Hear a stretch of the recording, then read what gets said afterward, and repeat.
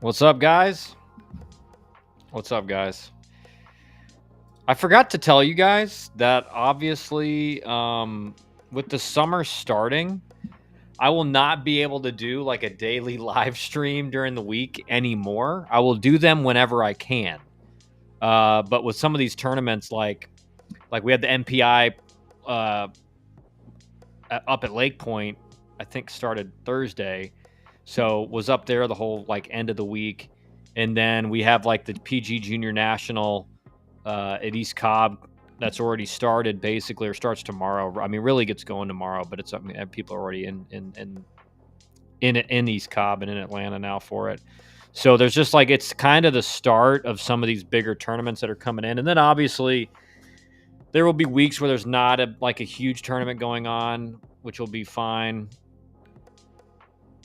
But how about yeah? I just wanted to, I should have told you guys that. I mean, I know you guys probably figured that out, but I should have made sure to say that. All right, let me, dude.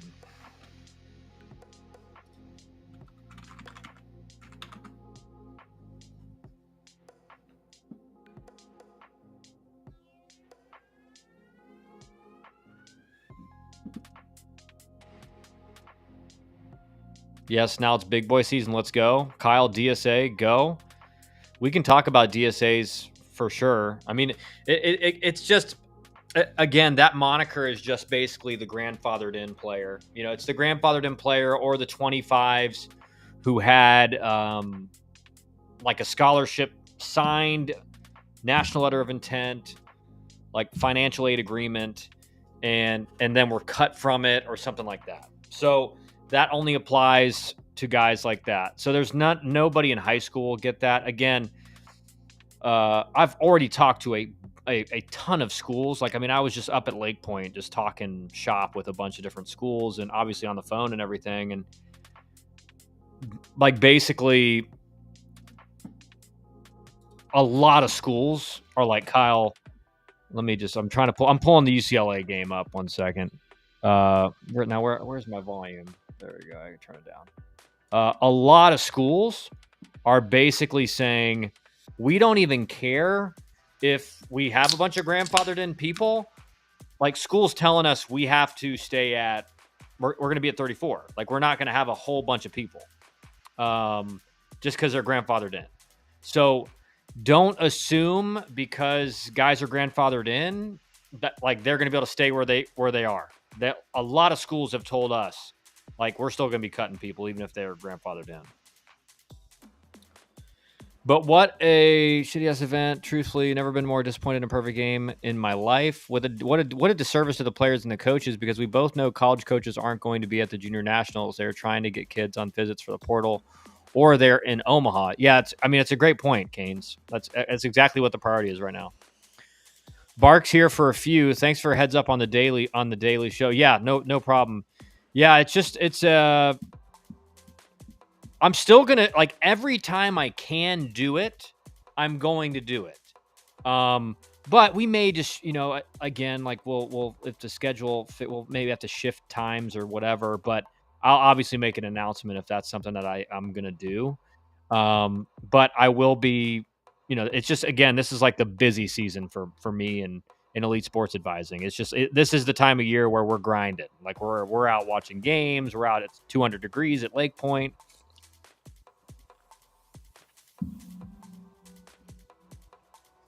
But yeah, DSA sounds like a pretty decent label, especially for an incoming 25 like my son.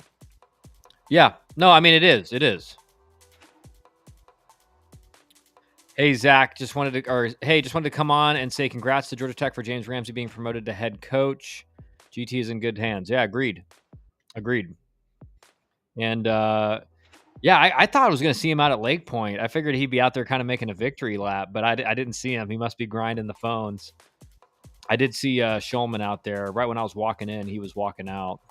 But Alabama was out there, Indiana was out there. I mean, a lot of mid majors were out there. Can't believe FSU blew it last night. Yeah, that was tough, Cap. That was tough. I mean, they had it in the bag. I mean, a 3-run lead, like, but that's Florida State, man. That's been their weakness all year is the bullpen. Like that, like their starters are so good, but it's just bridging that gap for 2 or 3 innings has been tough. Also, is that a sign I'm getting old when players I grew up watching are getting head coach jobs at major schools? Yes, 100%. No, you're not old yet, but it is one of the signs. Like as you get older, you start like what I've realized for myself is that now I'm seeing like movies and TV shows are being set like their setting is like 2008 when I was in high school. So I'm like I was watching the show with my wife and I'm like, "Oh my god, like this is set in 2008 like when we were in high school." You know, and it's just weird that it's like a period piece almost from like the early 2000s. It's kind of funny. Someone like myself who would watch the junior nationals for future Hurricanes and for players to send to Jonathan and our staff, now I have to do extra work, which I won't do to see who these kids are. Yeah, I mean, I don't get that, Canes. I don't get why they're not doing that. Canes, if a kid is labeled DSA, they supposedly won't count towards 34-man roster. Yeah, they're basically given that that grandfathered in clause. And it's like Burke said, it is actually nice for those 25s that get it, because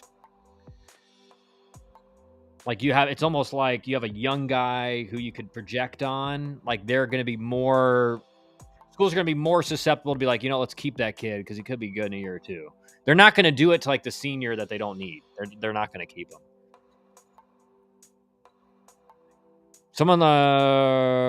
We need 20 to 30 minute live streams at night to give us info on what happens at these events. If you have any interesting news to share. I can do that. I mean, dude, I'll tell you, I mean, there was a lot of arms. I saw nothing but good arms. And like, I mean, a couple of obviously was watching like a lot of our clients, but really was just seeing that, and it was like 26s. It was just like 89, 92, 92, 94. I mean, like a lot of really good arms. Lake Point is super loaded this week. It is. I mean, it actually, there are a lot of coaches at Lake Point this week. 100%, like more than I thought they were going to be. They're going to be. I was watching some of the games before the Canes game yesterday. I keep my eyes on the San Diego Padres scout team. Do you have any players in that team? I was actually, I was watching that game. I don't have anyone on that team. I think Yu Darvish's son is on that team, because I was actually sitting there with front office guy with the Phillies. I'll leave it at that.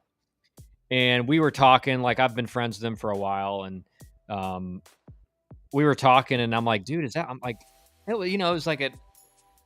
was like a Japanese kid.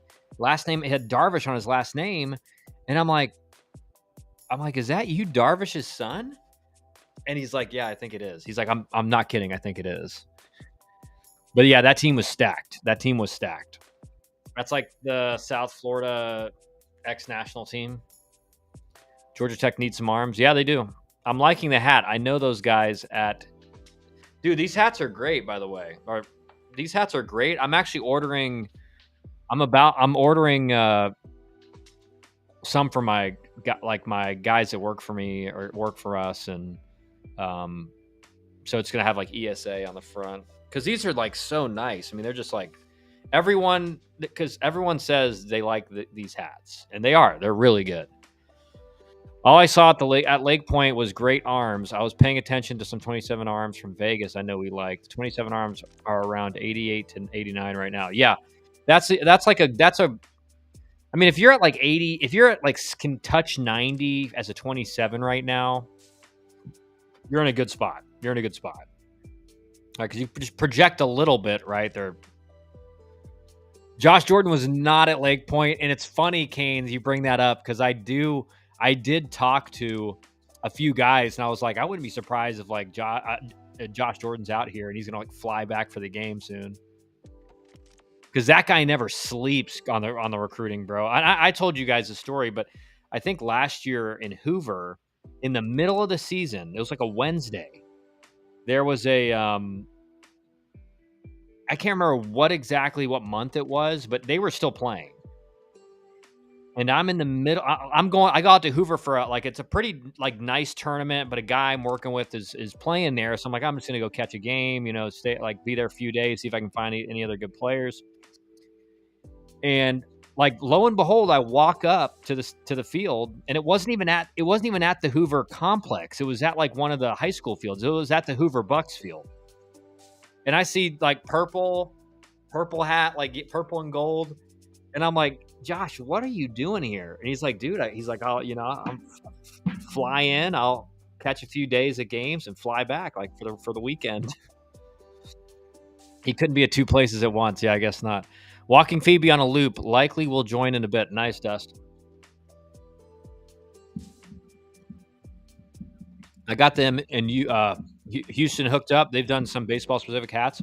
These hats are great, man. I don't know if your friend like is with the company or something, but yeah, these hats are great. 6 to 8 weeks lead time, though. That's a little rough. But that's what I'm saying. He never sleeps. It wouldn't shock me that he was there. I'm Canes. I'm serious when I said it. I was like, yeah, he may be out here. I'm watching UCLA UTSA right now. Obviously, the game of the night is Florida State. That just started, man. We got to change. That's got to be.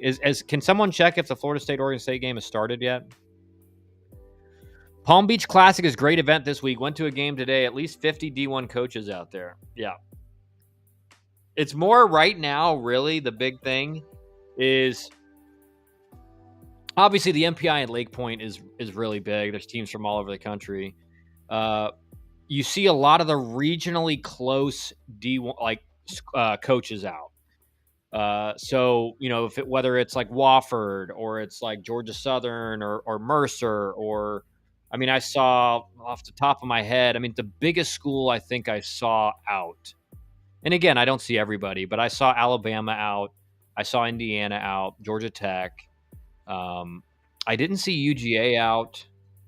I'm trying to think of who else would be fairly close. I don't think I might have seen Vandy out. I'm not sure. But there was way more coaches there than I expected, and there was way more there than I remember last year. Last year it was like a graveyard for the first 3 or 4 weeks of the summer. Thoughts on Super so far? Here's the deal, man. Like, we haven't even talked about Miami, but wow. Miami's one game away from Omaha, man. Like, insane. I thought UNC would sweep Arizona. Arizona came back kind of late. LSU took care of business against West Virginia. Tennessee, this is the best quote I saw yesterday. A former player in the SEC, I can't remember who it was, but he was talking about how Arkansas is the hardest place to play in college baseball or on the road in the SEC. And he said they used to call it Vietnam, like Vietnam. He said they used to call it Vietnam because it was just like going in there was like a war zone, which is pretty funny. I thought of a little nickname for him. Palm Beach Classic. All right, we read that. The new Clemson commit plays in that league. He was at App State before. I saw Clemson got Bryce Clavin too from UGA. Palm Beach Classic is a prospect select tourney for 16 under, 17 under. What teams were in that, Danny? Travel teams. Clemson commit App State friend of the family. Wow. One of our donors is a closer friend of his as well. Heard he is a great player and kid. Well, that's the thing, guys. It's like that. I do think players moving forward are going to start realizing that I'm like they're going to stop being like ACC or SEC or bust, and even D1 or bust. They're going to realize like Kyle Lodies came from Augusta University, and he was one of the best players in the country this year. And there's so many examples of guys from Division III coming up to D1 and balling out.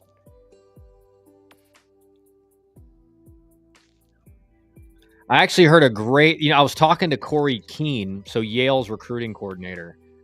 And, and they have Ullman, the pitcher, their Friday night guy. And I was like, man, and I guess he said like near the end of the year, he was kind of their Saturday guy.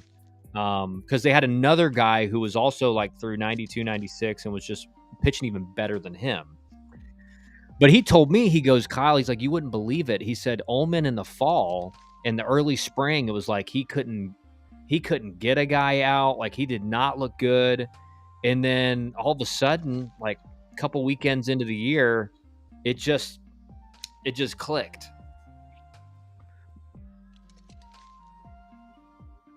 A lot of these kids need to commit mid-major like FGCU, USF, and move up. Yeah, 100%. And that's going to be, that is, Canes, what you're saying right there, that is going to be every kid's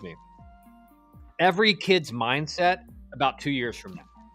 Because some of these kids are still too close to it. They had a friend that went to the big school, or their brother went to, University of Florida, and he's about as good as him, even though that was right before the portal opened and NIL and all that stuff. So they're still some of the guys are still a little too close to it. They've had relatives that are, that got into certain schools.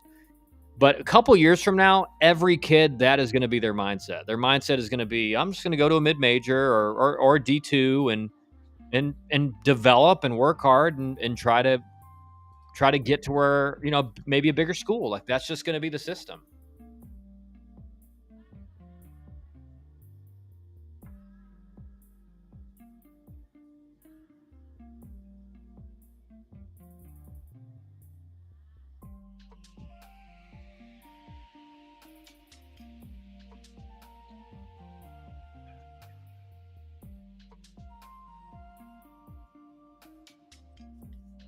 What do you guys? Hey, did anyone check if the Florida State game's on?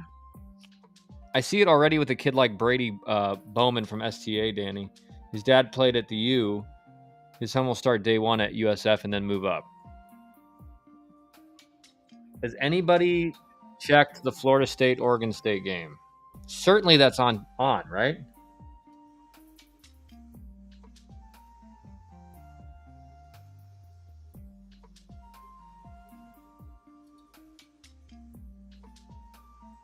Is it on a different? Oh, here we go. Starting soon. Oh my gosh. No, please no.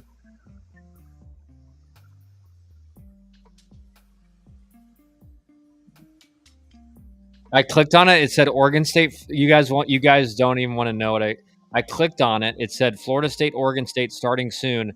Now I'm watching a Savannah Banana game.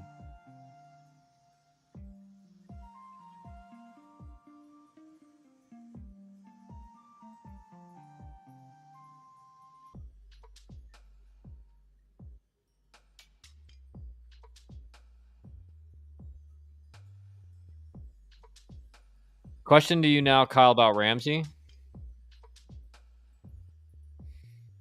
Canes, I'll send you a DM, all right? I have some info.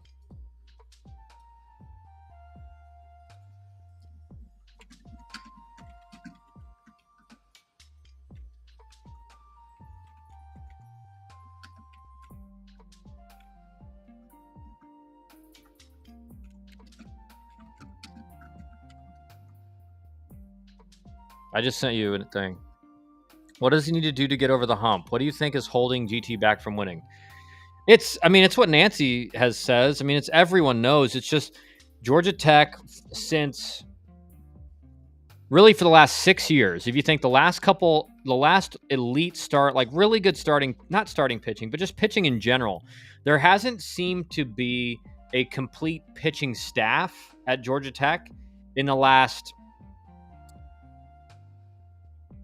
You could go all the way back to 2011 or 2011. Certainly you had Xavion Curry and Connor Thomas in 2019.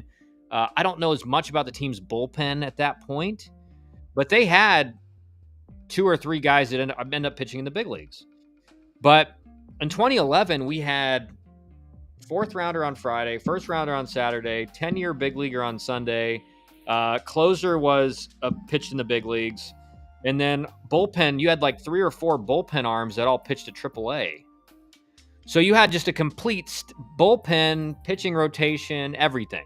That's what Georgia Tech needs. What Georgia Tech needs is just and I get that's That's hard to do. Like look at Florida State. They got elite pitching or elite starting pitching. Their bullpen's okay.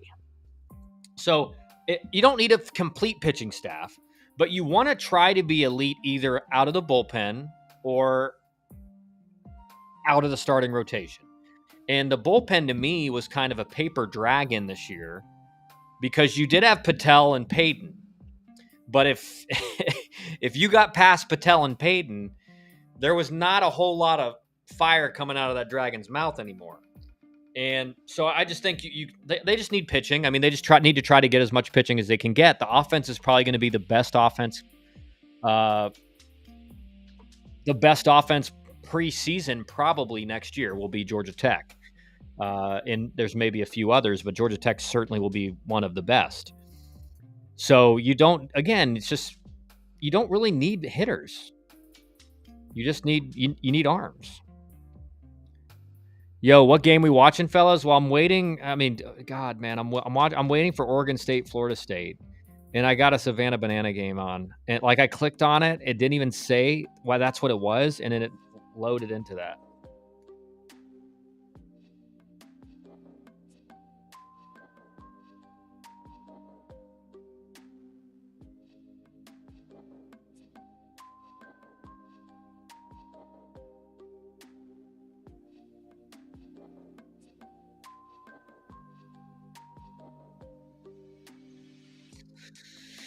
Thought of you when I turned it on. Kyle's favorite team is on.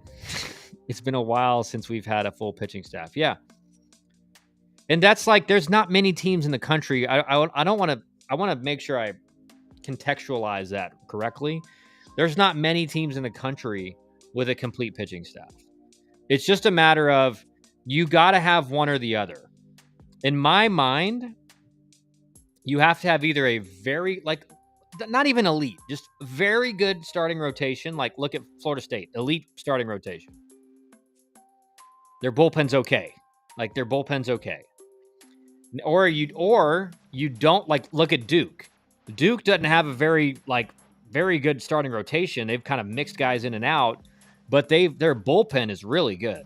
Like their bullpen has, they know what their game plan is. They're going to use a bunch of arms. Starters aren't going to go very deep, and like just everybody knows what they're doing. So there's a lot of different ways that you can do it, but you just need to be really good on one of those two things. In the hotel, you can watch them. All right, it's got to be over now, right? This has to be over.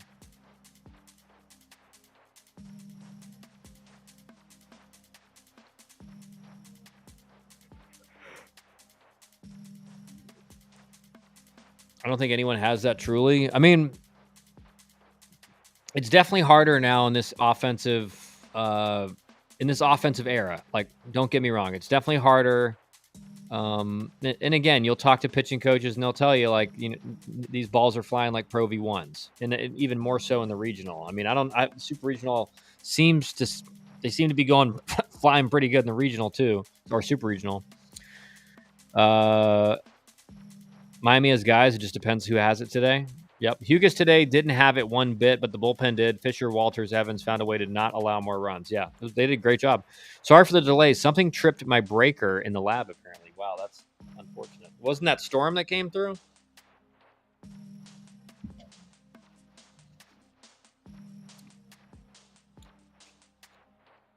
Dusty, do not turn on Oregon State. It says upcoming or coming soon, Oregon State, Florida State on YouTube TV. I clicked on it, and now I'm watching a Savannah Bananas game in the 9th inning. This is the first time I've ever watched it, and it's making me want to go to sleep. I can't believe how many people go to these things.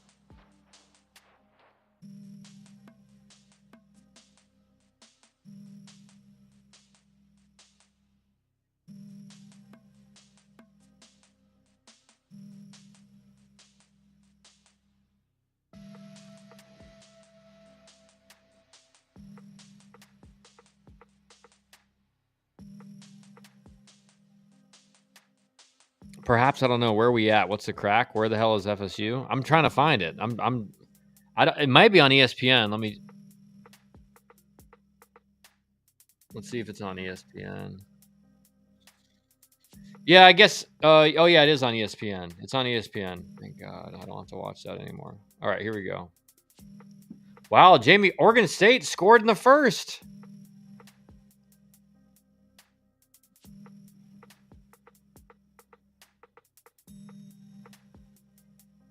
Wow, Jamie Arnold, kind of laboring first inning. 2 hits for Oregon State.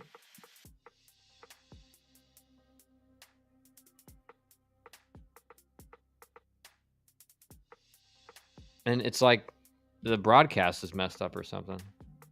What's going on?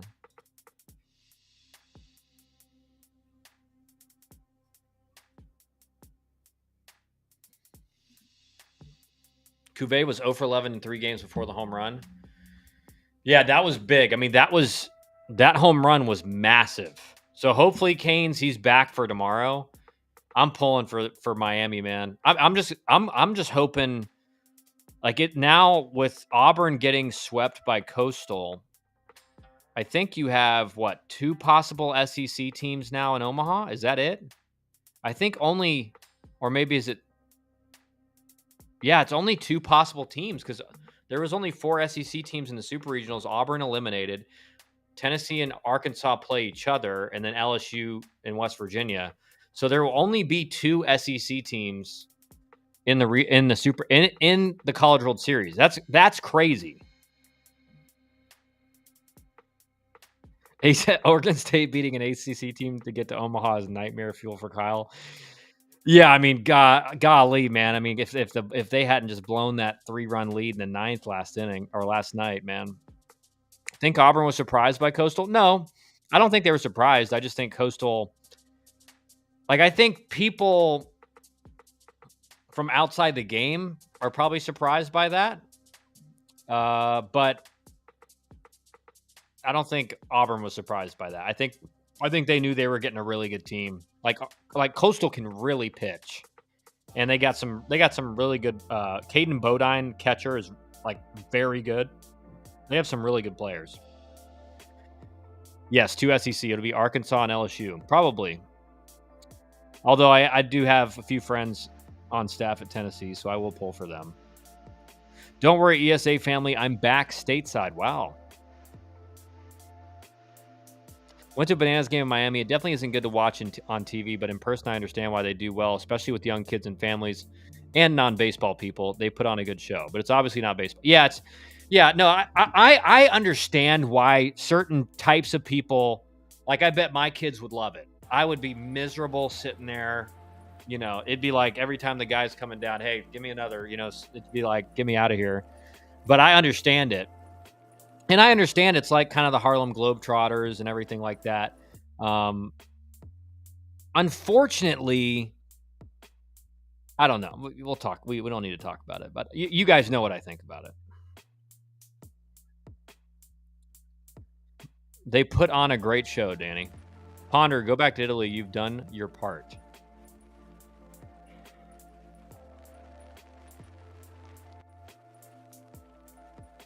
Can Florida State answer? Kyle, do not backpedal on Banana Ball. I'm not backpedaling. I do not like it. And I also this is what I was going to say. So now Desi is going to be backpedal, but I do think the problem is now, like, Harlem Globetrotters weren't all over social media. Harlem Globetrotters weren't in like kids' faces that are like 9 years old, 10 years old. They shouldn't have phones. Like, my kids won't have phones when they're that age. But they do. And so these kids are growing up thinking like that's more normal, or that's how you should play than they should be. And I don't like that. I don't like that. And like we saw in the Arkansas Tennessee game today, I mean, the pitcher gets a double play ball and he's like, I mean, he should have been thrown out of the game. Like, no offense, but like, what was he? He was just taunting. And I don't get me wrong, Andrew Fisher, I mean, he brings a lot of that on himself, but he didn't say anything to the guy, and he just, I mean, he was going after him.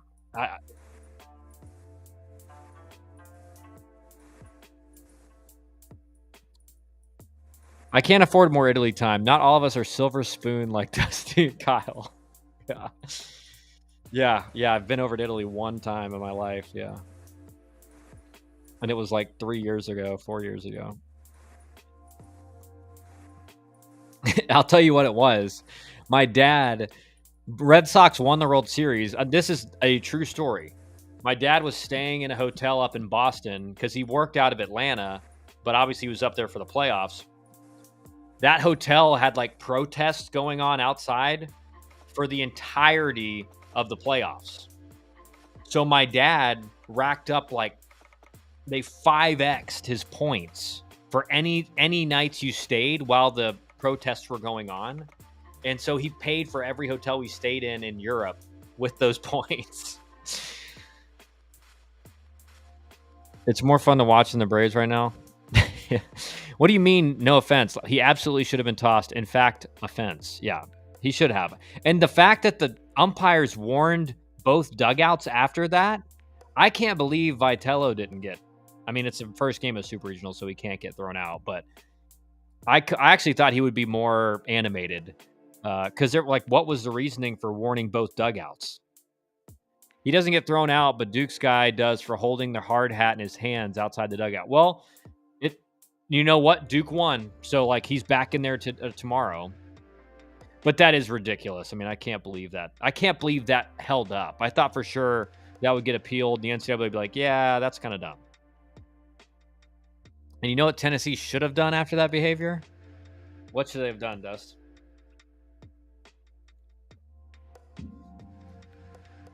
Knocked him out of the game? Talk with their bat? And so that's the issue, though. Like when people say, well, like we didn't want to watch pitchers hit and that's boring and this. Well, I can promise you this. Pitchers in the National League, they ain't doing that stuff. Did you ever notice there weren't a whole lot of starting pitchers screaming and yelling and K-strutting off the mound when they had to hit? There weren't a lot of them. And the reason for that is they might get hit. Question you now, Kyle. Did you talk to any coaches today about what their 27 recruiting class numbers will be? Specify what you mean by numbers, like how many players they're going to bring in or what? I love Fisher. Ended up hitting meaningless nuke, but still gamer. Yeah, he's kind of like one of those. He's one of those guys that he backs it up. I mean, don't get me wrong. Like, I just wish these guys would tone it down. You know, like it's just so much. Like, I just wish they would tone it down. But he at least backs it up. Like, I could say that. Like, he's got a good approach. He knows what he's doing at the plate. Third in the country in home runs. So back in the day, pitch would hit a player. Yeah. Tennessee is soft, especially Nashville natives. 1 billion, trillion, whatever that is. Donde está, Kyle? Oh, Buck, I was saying earlier, I'm not going to be able to do the daily afternoon streams every day this summer because obviously like tournaments are going on and I'm out there watching our players and everything. So I should have said that earlier, but I'm saying it now. So I just, again, I'll try to communicate that, but it's just going to be more, it's going to be based on, is there a big tournament going on that I'm at or not?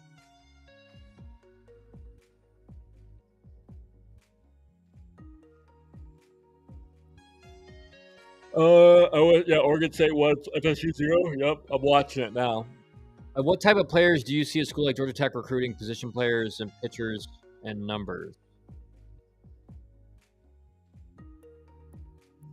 Recruiting position players, pitchers, and numbers. What do you mean by numbers? What do you mean by numbers? Like how many pitchers versus how many position players?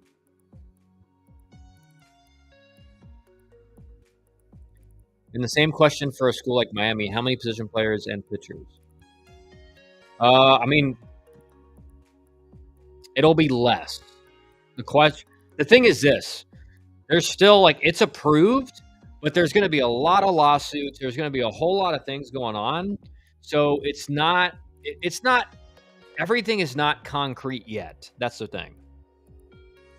Who is doing the recruiting now that Ramsey is coach? I would believe it's probably Matt Taylor.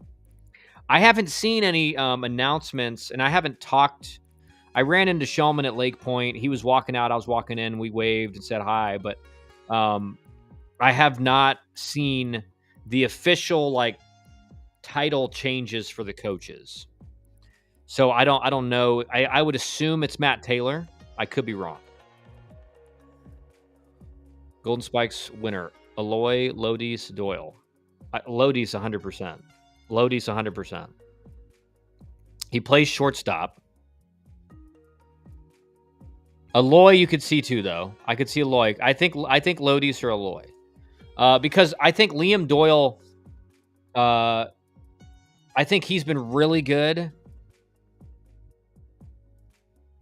Man, I mean, I don't know. I think I go with Lodis, to be honest. I mean, he's just hitting over 400, bunch of home runs, really good defender.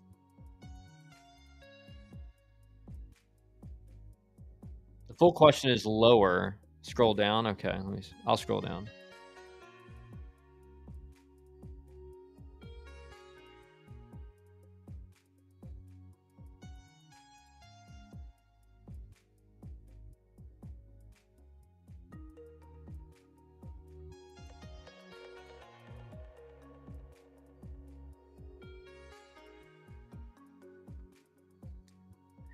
Yeah, you said, did you talk to any coaches today about what their 27 recruiting class numbers will be? I have not asked that question yet. I think it's pretty well understood the recruiting classes will be smaller. I don't think they'll be a whole lot smaller, but they'll be smaller. Kyle, did you see that? I'm not even going to try to pronounce the name. Coincidentally signed another $1 million deal before this was announced. Texas Tech must have heard and ponied. Oh yeah, I mean, yeah, because it didn't have to go through the clearinghouse. It didn't have to go through the Deloitte ran NCAA NIL clearinghouse. Kyle Shulman, recruiting coordinator, but I expect that to be a paper move, and Ramsey is still going to be boots on the ground. Strick also a great recruiting, even if he doesn't have the recruiting coordinator title. Yeah, I just don't know. Yeah, I don't know if Strick is going to be.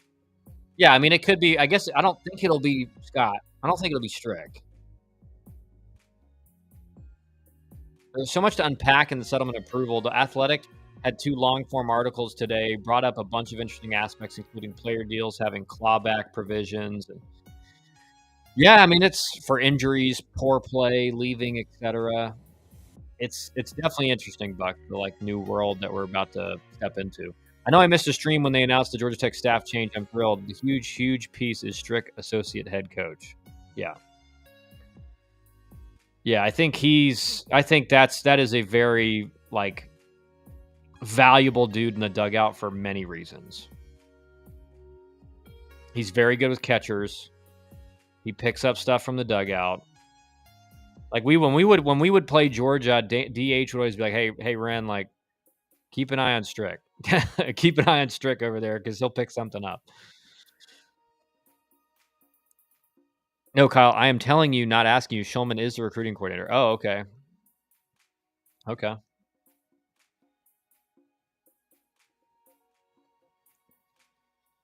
For injuries, poor play, leaving, etc. Yep. And that the Deloitte clearinghouse has no teeth and will be challenged by a wealthy donor soon.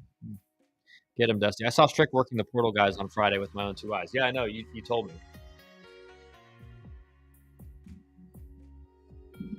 Well, I saw Shulman out there I saw him out Thursday. I didn't see him Friday, but he could have been off site.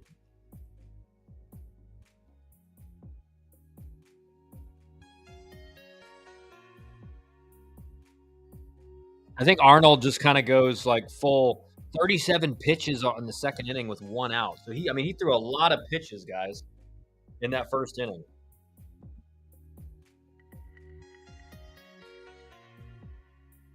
Man, that low slot 4-seam is just not fun. I didn't see. I heard Matt was going to be. So funny thing, Dusty. I think I ran into Tambora out there at Lake Point. Luke Merton was out there too. Jamel Spearman. It was like a reunion. How good is Jersey Mike's? It's tier 1. I haven't had Jersey Mike's in so long. There's not one. I'll look it up right now, but there's not one very close.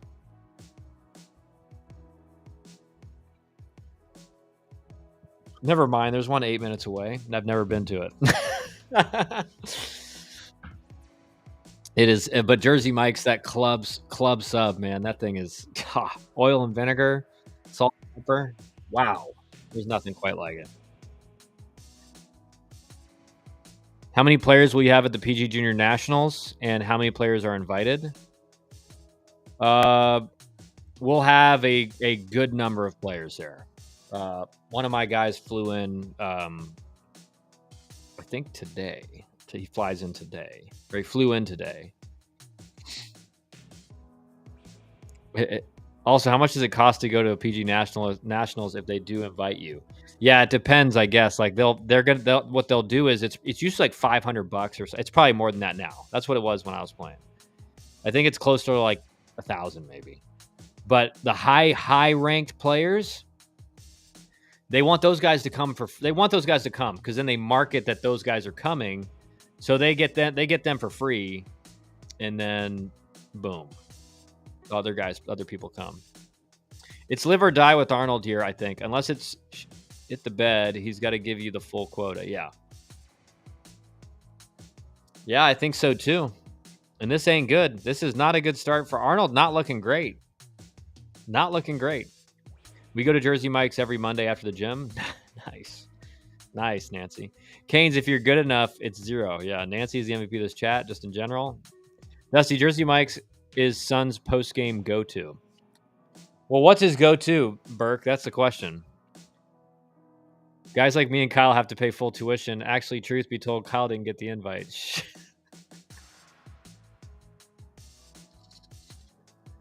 I think I did because I was top 500 in the country. I think that's what you had to be. Maybe I don't know.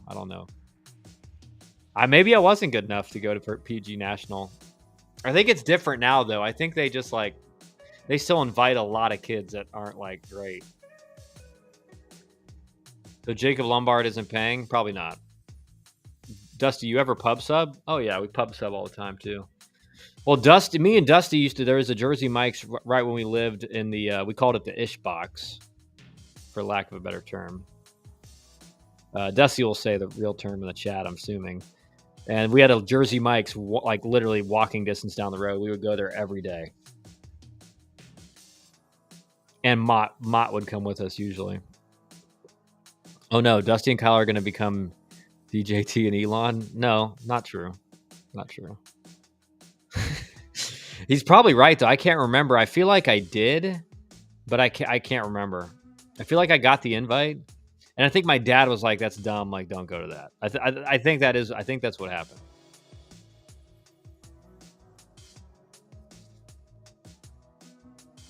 I love to pub sub. However, you better have 30 minutes to set aside, but also tier 1.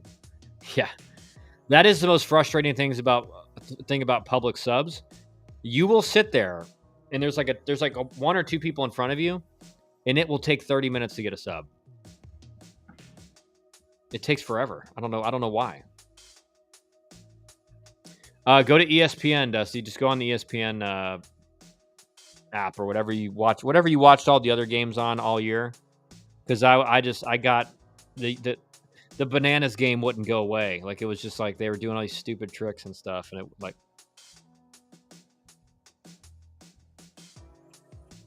I don't know where that one is.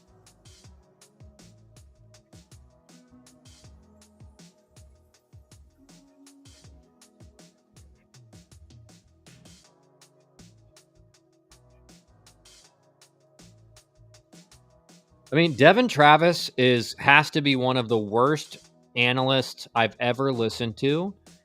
And I don't know, why does he get, I know he played in the big leagues. He was a really good player, but why? I mean, it's just every time he talks, it's like it's Game 7 of the World Series. Like, Jamie Arnold, with the change up there, and he's got electric stuff, and you're just like, dude, it's the second inning. Relax. Chicken tender pub sub could be on Mount Rushmore. Really, it's that good? I'll get it tomorrow if that's the case. Club sub, yeah, the club sub is just. I mean, it's. I remember the first time the club sub at Jersey Mike's changed the way I thought about subs in general. I used to not like subs because I think I had like a bad Subway sub or something. I used to think they're just like, I mean, I'd rather get anything else than that. And then I had a club sub, and someone was like, "Get oil and vinegar on it," and I was like, "I don't know if I want that." And they're like, "Just get it on there." And it was, I mean, it's still to this day one of the best subs you can get anywhere. I thought FSU would kick butt this game with this pitcher. Yeah, well, they're only down 1 run. But it's just like, Nancy, you can't underestimate how big of a momentum shift it is in both directions. For Oregon State in a positive direction, Florida State in a negative direction, with how that game last night ended. You go into a 9th inning with a 4-1 lead to put you up 1-0 in a super regional. You blow it, and then you end up losing the game, the next inning? That's a massive morale dump for Florida State. Massive morale boost. Speaking of Devin Travis, here we go.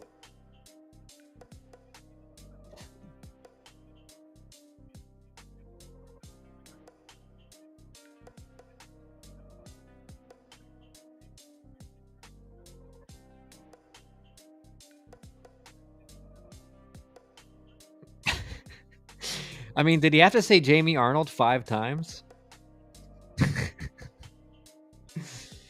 Wow, I mean, it's just unbelievable. UTSA versus UCLA.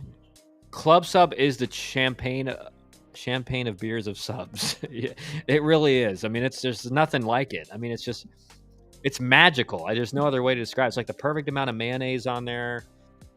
Whatever they got bacon on there and all the other stuff. It's just like, golly, it's so good. What year is Alex Lodies? I think he's draft eligible. That's what I know. I'm sure. I think he is. What is the UTSA UCLA score? UCLA huge 2-run triple. Thank you for that update, Buck, as soon as I asked for it. All right, I am locked in with FSU, but between Phoebe Walk, Breaker, tripping, and Banana Ball, they don't want me to be great. God giving his hardest battles to his strongest soldier, Dusty. Yeah, that's tough, man. It sounds like you got a rough life, dude. Well, I'll tell you this. I came back. I got home last night from Lake Point, or not last night. I got home about 3:30 or 4. And not when I got home. We went to get something to eat. We come back. Wi-Fi is completely knocked out. And there was just a massive outage for like 5 hours. I didn't have internet all night. Couldn't watch TV with my wife. Couldn't do anything. Kyle is draft eligible too, right? Who else with GT is? No one else.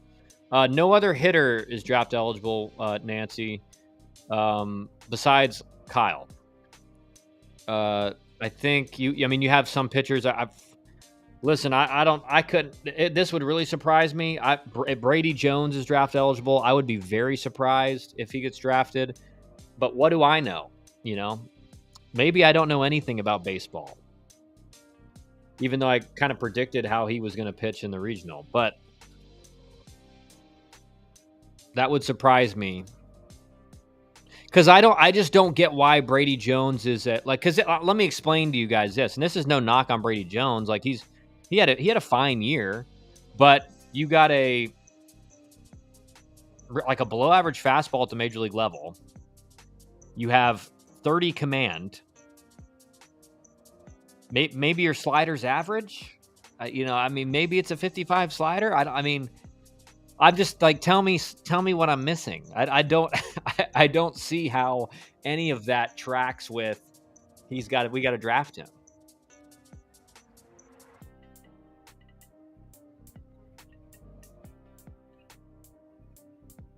What was that Lake Point PBR? Now it was the NPI. Kyle, you have to remember I suffered through my father-in-law thinking he made a great smoked butt today, too. Had to smile and nod head, drink water, and chew. Dusty, did he actually think it was legit and you were sitting there like, oh my gosh, this is bad? Patel, I think, is graduating and he'll be gone. He wouldn't get drafted. He throws 89. So Travis is perfect for Little League World Series. That's it. Yeah, I mean, it's just like, I mean, I expect more from a guy who played in the big leagues. Like, talk us through what's going on situationally. I feel like it's just very surface. Like, I don't really get anything from it. Buzz before last two meltdown starts was Brady Jones top 100 picks. I don't get that at all. His fastball is a 55-60. Command might be 30. His fastball is not a 60. He sits 92, 93. That's a below average. Average fastball at the major league level is 94. He doesn't sit 94. He maybe you could say 50 fastball. It's 45 to 50 fastball. It's not 55 to 60.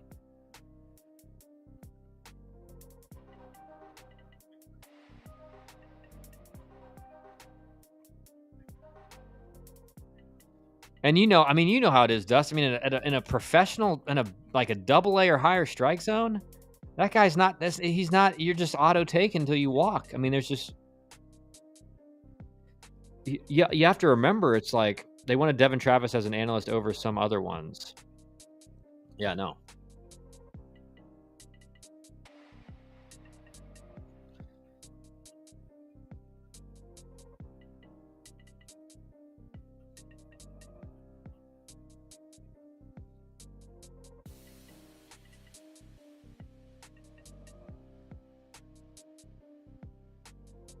He's 93, 96. No, he's not. No, he's not. Does he top a 96? Yes. Does he hit that 3 times a start? Yes. Does he sit mostly 92, 94? Yeah.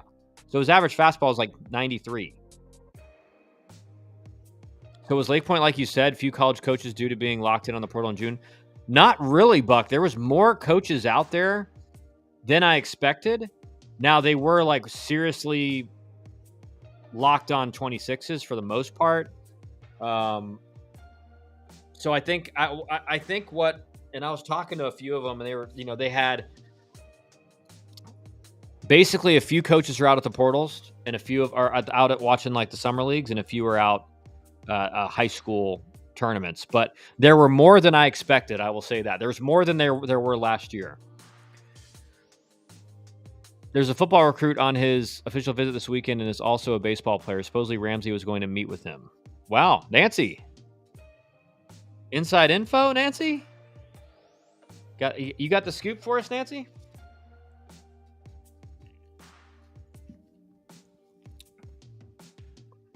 Pie Gal with the scoop. Nice work. That's right. Nice work.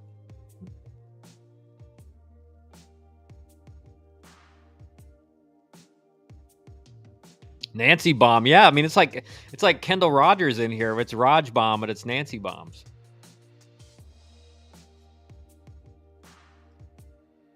Although I think I mean, we've broken a few of those Raj bombs before he posted them. So, Kyle, any prep players that jumped off the page to you? What you got for us? I did watch a game.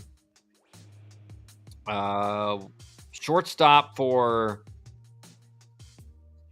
I think it was a Canes. I don't know. There's so many Canes teams, man. It's just like you can't even keep track of it. 27 class shortstop, who, like me and Merton are watching this game with Steve. Austin was playing against him, and we're seeing this kid makes 2 just nasty plays at shortstop, and we're like, man, we're on this kid. Like, this guy's good. And then next at bat, he comes up like line drive up the middle. He was pretty good. I mean, the thing is, like, you see, what I've noticed now is you see some really talented kids, and then you see some just like not good kids. It's weird. I'm in a group that helps with recruiting on social. Wow. Nice. Nancy, make sure that group text doesn't use Signal. Could get you into big trouble if you add the wrong people by accident. That's true. That is true. Watch out. UCLA busting it open. What's the score now? I got to get something to eat, man. I'm like starving.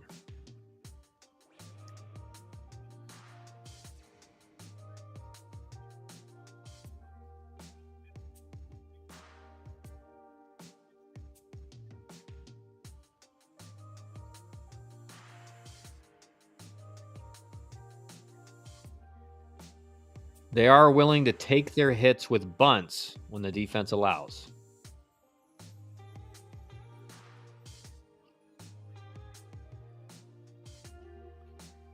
Any high school kids this past weekend acting like clowns? I don't know who. I don't know his name, Canes. I can't remember his name. Yeah, it's probably couldn't be all that talk of subs. Yeah, that's 100% what it was. Kyle, any high school kids this past weekend act like clowns? I did not see. Well, what you did see is it's just nothing but blonde hair out there right now because all these kids made the playoffs and have dyed their hair blonde. You know, and they're knocked out in the first round. Like every kid out there is like running around with blonde hair, bleach blonde hair. Man, Arnold's not looking good, man. He's really off his game right now.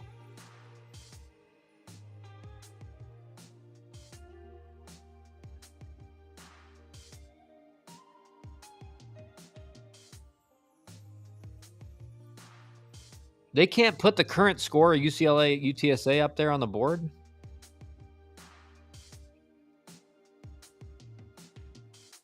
How about that LSU West Virginia game? 16-9? Wow. Oh, they love the blonde hair. They can't quit it. Yeah, I'm just like, why don't we come up with something more creative than just doing what everyone else does? Oh, no. Arnold velo down? I mean, he's like...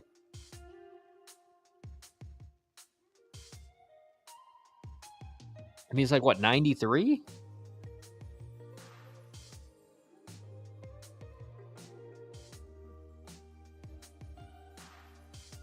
Did you already talk about Kyle Johnson's day for Duke today? No, we haven't. You're drafting and picking between Arnold and Doyle. Who are you taking? The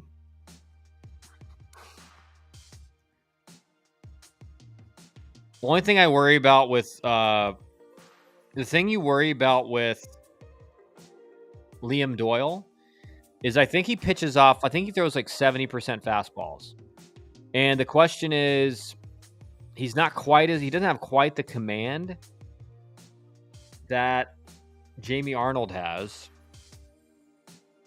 and the problem is he's gonna have to. At the big league level, like, is he going to have as much success pitching off the fastball at that high percentage? And what happens to his command when he has to drop that percentage down to, like, let's say 55, 60, whatever, instead of like 75%? I think he has the highest fastball percentage of any starter in college baseball. I think it's like 75 or 80% he throws fastball, which I love because he's got an elite fastball. So, in my opinion, I think Arnold is higher floor, lower ceiling. I think Liam Doyle is lower floor, higher ceiling.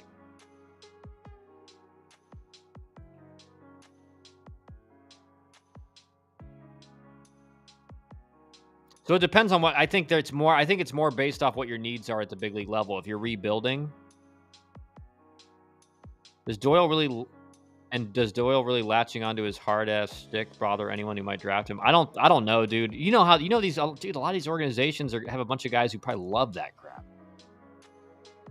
Johnson, 4 for 4, 2 doubles, home run, 5 RBIs. Rest of team 2 for 25 with 1 RBI. Yeah, put the team on his back.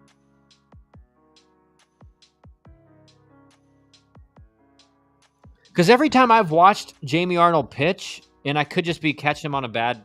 He's like 92, 94. He's like, but I heard he was, like beginning of the year, I heard he was up to like 98, and I've never seen him touch that. I've never really even seen him touch like a 96.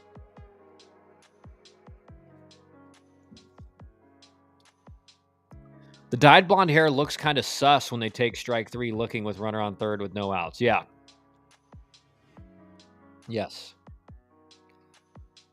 I need a Coastal versus Tennessee matchup, and Coastal hitting him like I need air in my lungs. But I mean, I do think Liam Doyle has. I think he does have a higher. In my opinion, I think he has a higher ceiling than Jamie Arnold. I think Jamie Arnold is kind of ends up being a third starter at best in the big leagues, maybe third starter at best. And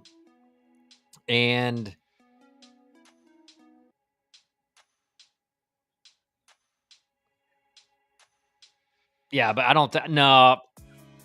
I've never seen him hit that. I've never seen him hit that. Like, I'll see him sit 92, 94 and touch a 95. I've never seen him hit a 97. And I'm not saying he hasn't. I'm just saying I've never seen it. Like, every time I've watched him pitch, he's looked okay. Like, he hasn't looked. I have never watched him in one of his unhittable starts. I've never watched him in one. So my opinion's probably a little bit kind of off a little bit on him. But I just see like a less electric Josh Hader and with a better changeup. Like, that's kind of my thing.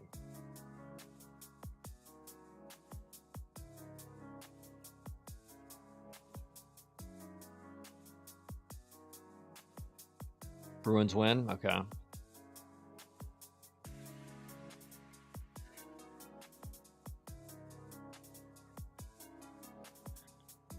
You have to play Johnson for Duke tomorrow, right? Yeah, bench someone else. You got to bring Gracia back in, or Gracia back in, but yeah. No way he went. 2024 AC tournament versus Tech, he was elite, albeit in relief. Yeah. Trivia about Supers. Every home team has won so far. Auburn last night.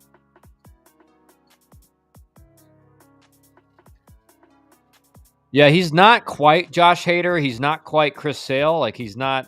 It's not like an exact comp. It's not like that kid at Etowah who looks just like Ryan Braun. But it's there. Like, it's definitely there. One of your quants has informed me that we are guaranteed one non-SEC team in the Natty. Is that based on just how it lines up for the two pools on the side? What do coaches look for when watching games, Connor? Well, I mean, obviously, man, they're looking for performance. They're looking. I shouldn't say performance. It's really they're looking for consistency in putting the barrel on the baseball, throwing strikes as a pitcher, having enough velocity, commanding a breaking ball for a strike. It's not really about the results. At least let's talk about from a hitter's perspective. If you go up there 4 at bats and you hit if you go up there and hit and you put 3 out of 4 at bats barrel on the ball, they're gonna be like, yeah, I want to watch that kid again. They're looking for tools, right? They're looking for a guy that knows what they're doing up there, controlling the strike zone as a hitter, controlling the strike zone as a pitcher. Stuff like that. I mean, they're watching you at all times, and they're trying to get a gauge. Is this guy tough? Is he mentally tough? Can he handle failure? Does he look like a smart baseball player? There's a lot of stuff they're watching, man. Yeah, based on brackets. Ryan Braun comp for Etowah is hilarious. It's the follow through. I think it's the exact swing. It's his exact same swing. I know that, Connor, I know this doesn't do much good, but it's looking the part, and college coaches can see it pretty quick. Yes.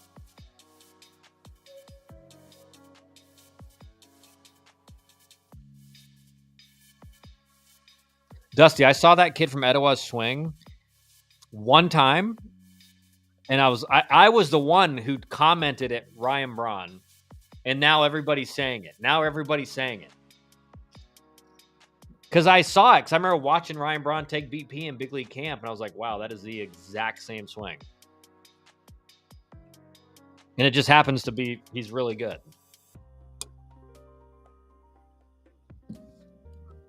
And that's what my dad, when he was on here a while ago, I got to get my dad on here again, but he talked about how like all those old scouts, that's what they would do. Like, oh, that guy reminds me of Ryan Braun. Man, that swing looks just like Ryan Braun. So that swing looks just like Gary Sheffield, or that swing looks like Barry Bonds or Chipper Jones or whoever.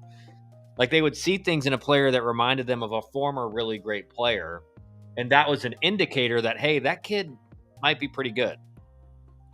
It's pretty good. The setup's also dude. It's the exact same. It's actually crazy. It's I don't know how that. It's like a it's like a glitch in the matrix. Like how they both like did he like the thing I want to ask that kid is did you watch Ryan Braun growing up? Was he like your favorite hitter, or do you have never watched Ryan Braun in your life, which is probably what I would assume, or maybe watched him a little bit, and he just happens to have the exact same swing. Question you now: if a commit is driving 4 hours to come to tomorrow's game, is he a loyal commit? Yeah, 100%. Oregon State pitcher 5 strikeouts already. Yeah. Hey, Florida State's offense does strike out. They do strike out.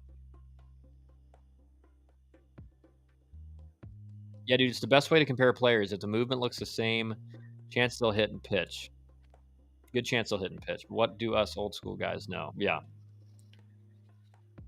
Well, I mean, it's like we were talking with when me and Dan were down there, we ran into Carter Hall and we were just talking to him. He's like, yeah, he's like, that's the type of player that he's a model player.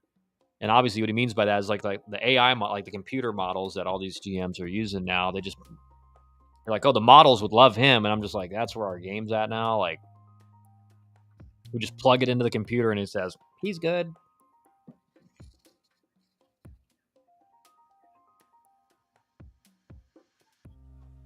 Which is why the major leagues are looking the way they look now. Like it's unwatchable. Major League Baseball is almost unwatchable. I can't even watch it.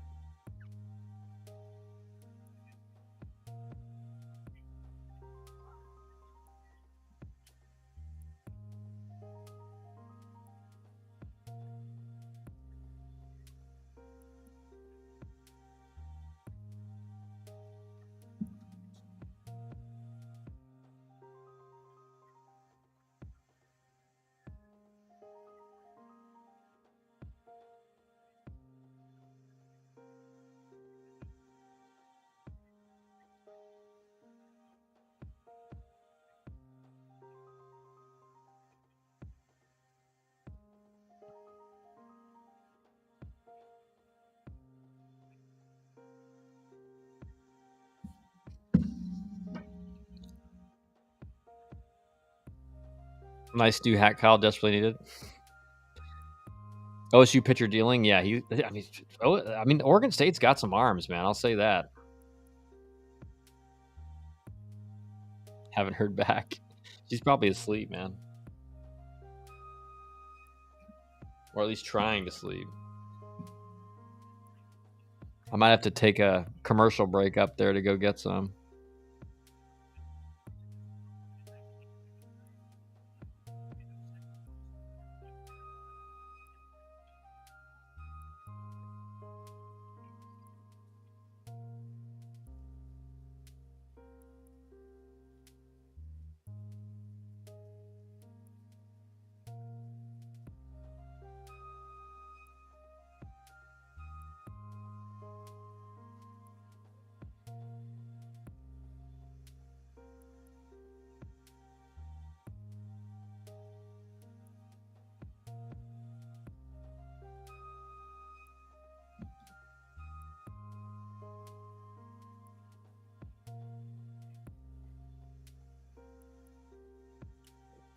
Loday's bat spends a lot of time in the zone. Yeah. No, he did not. No, he did not go. Yeah, I mean he can catch it way back here and just foul it off.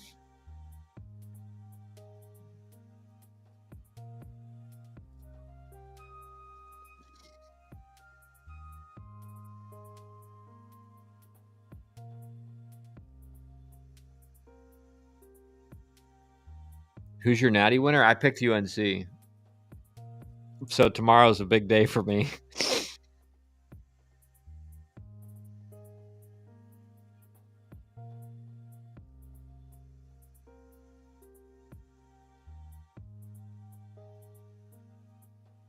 Great at bat by Lodi's. He's good, man.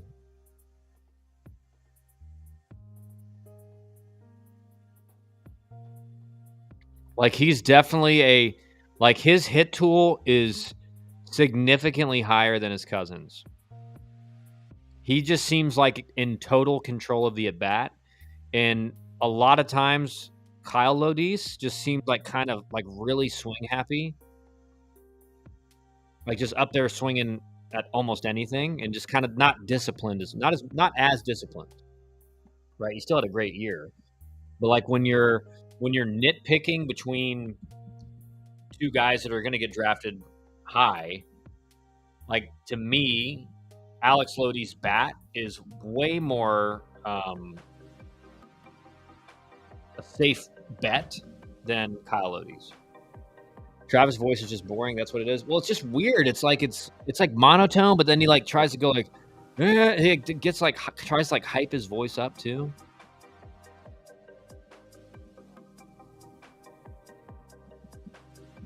How's Louisville? How are the vibes, Cades? FSU Lodi still isn't prototype big league shortstop, if I'm being honest. I don't know much. I mean, I haven't watched enough Florida State games to know how good of a defender he is at short, but I think the bat's very good. Oregon State could use some uniform improvement. Really? I kind of think their uniforms are good. Although Howard actually does analysis in his call. Well, here come the Seminoles. Coach, still waiting for my hat. 6 to 8 weeks, Mont. Like I said, I can't make it go any faster, Mont.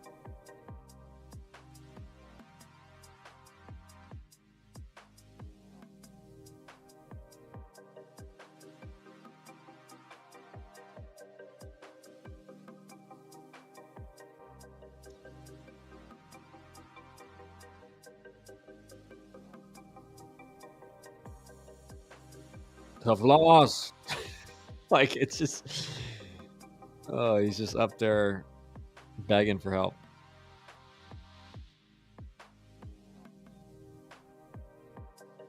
Ponder, push back from me on that. I like these. Yeah, I like them too.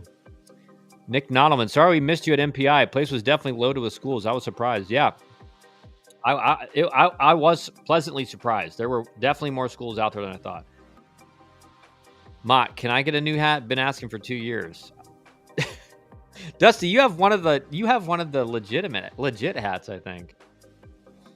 Are you having these hats hand sewn by small children? 6 to 8 weeks silk? That's what this company told me. It's for 25 hats though. So. Vibes are good in Louisville, we believe, baby. Mott really wants his hat. He does. He's a former teammate. He's just he's trolling me. 954.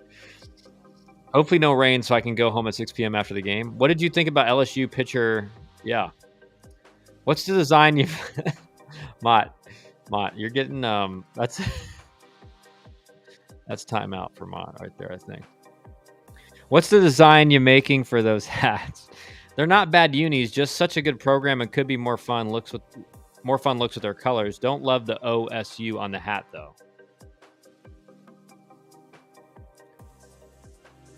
Yeah, I don't think I kind of agree about the hat. But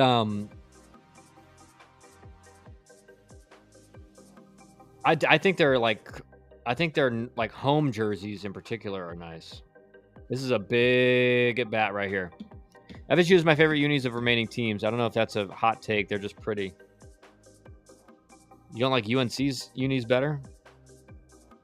I do have an OG ESA hat. I wore it today. I was telling Mott that he owes me a hat for 2 years now for e-text.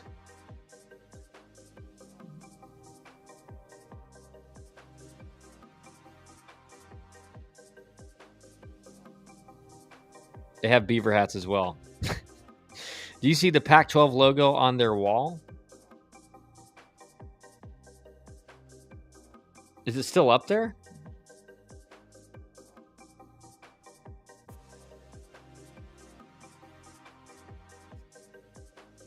All right, I'm gonna go get a snack. I'll be right back.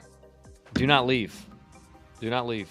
UNC great, Unis 2. Wouldn't be mad at anyone having them number 1. Yeah.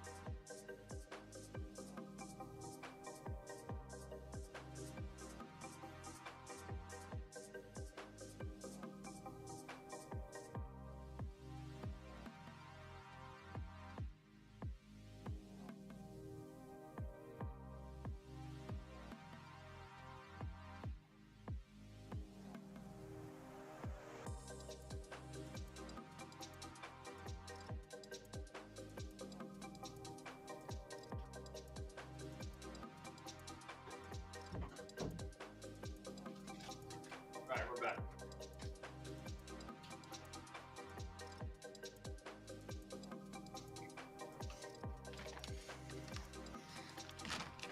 Oh, all right. We're here. We're here.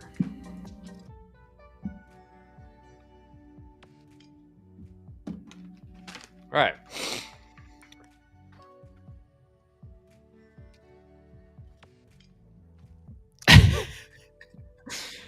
Dusty, you're in charge now. Kyle leaving for a snack, he says. People don't realize he eats like a bird with a juvenile palate. Can't wait to see what he comes back. What are you talking about? I eat everything. I can't. That's slander. I mean, that's like a bannable. That's a bannable chat. Love that FSU uses a different interlocking FS that they don't really use for other sports too. Like when Vandy uses the 70s, 80s script Vandy for baseball that they don't for other sports. Let's take quick notes. I'll start. Chicken fingers. Chicken fingers? The Arkansas whites just look so clean to me. Pie gal, that's flattering. Honestly, need to. Arkansas has some great looks, Danny Burke. Daniel Polka, Kyle with the new hat. I like these hats. These are nice hats. What's this? What's this company's name? See, like these just 93, Dusty. I don't understand. I've never seen Arnold. And by the way, in case you didn't know,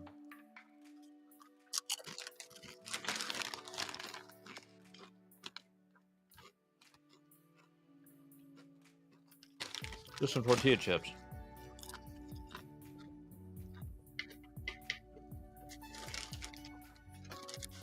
But I've never seen Arnold hit 97. Show the spread.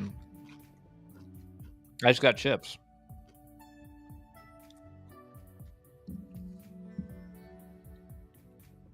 No, it's not about his velo. It's just I keep being told he's up to like 98. And I've never seen it.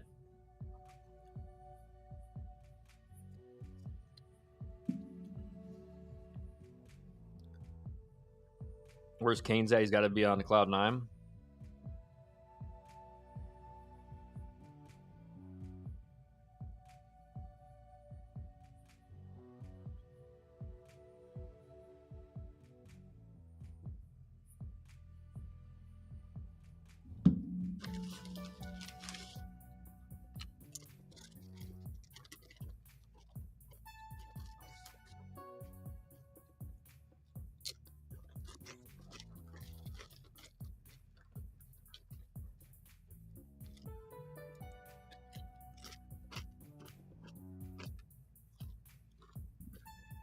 Rivals brand of the hatch.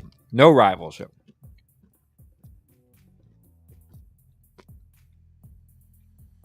I'll back away from the mic.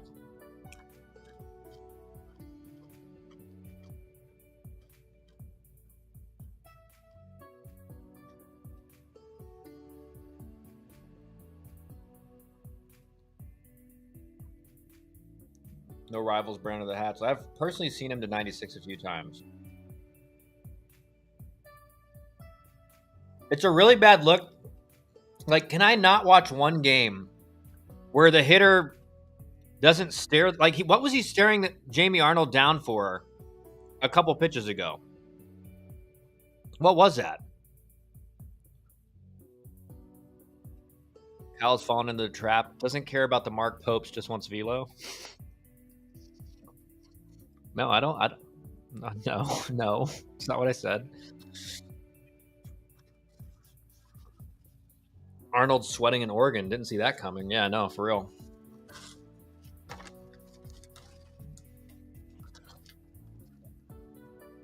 His fastball is just kind of getting hit, though.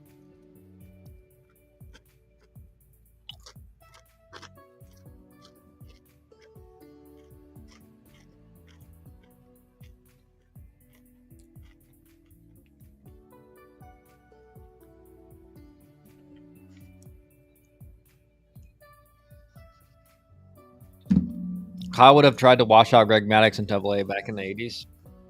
Definitely wouldn't have.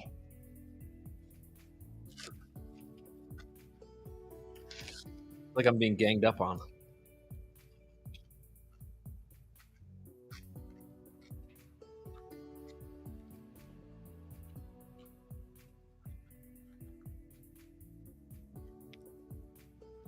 Well, dude.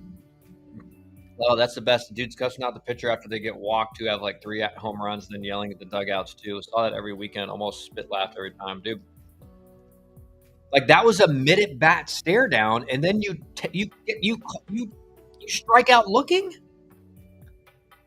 You're gonna mid-at-bat stare down what many people think is the first overall pick in the draft, and then you're just gonna go down looking. Like what? What is this? Can we just play the game? I mean, golly, you just made yourself look so dumb.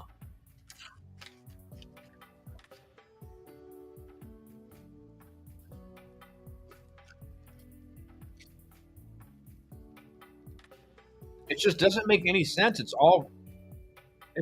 like all risk, no reward.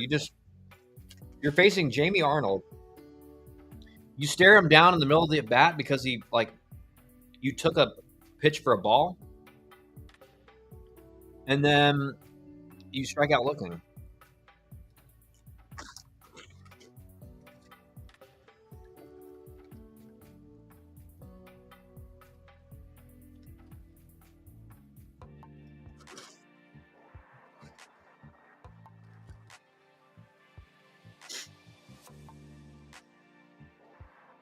Like, bro, you're down by 4. You don't need to yell at both dugouts. Yeah.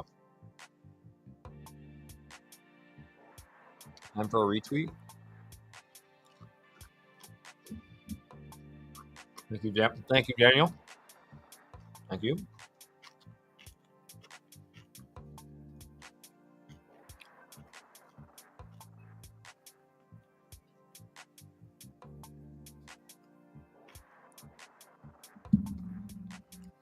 Kyle sounds like a boomer. I've seen him pimp home runs in what? The stare down then backwards K was a Dan Egla Brave special. Don't tell Frank I said that, please. I'll tell him. I'll tell him right now. Kyle sounded like a boomer. I've seen him pimp home runs in spring training. I mean, that is not anywhere close to a pimp job nowadays. But back then, I remember. I don't even know why I did that, and I remember being like, "Dang it, I shouldn't have done that." Like that. Like I was like worried, and all I did was just kind of like toss the bat to the ground. But I did do that.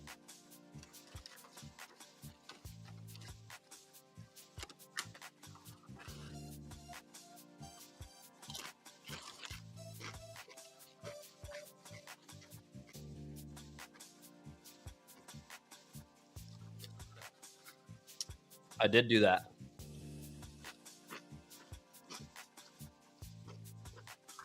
In a Major League spring training game.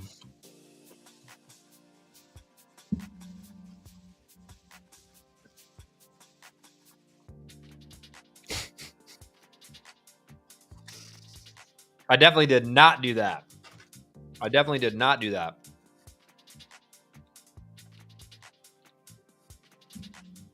Buck, we can check tape if you want to. We can check tape if you want to, Buck. Don't make me pull up the clip. Best believe I know exactly where to go to get that clip.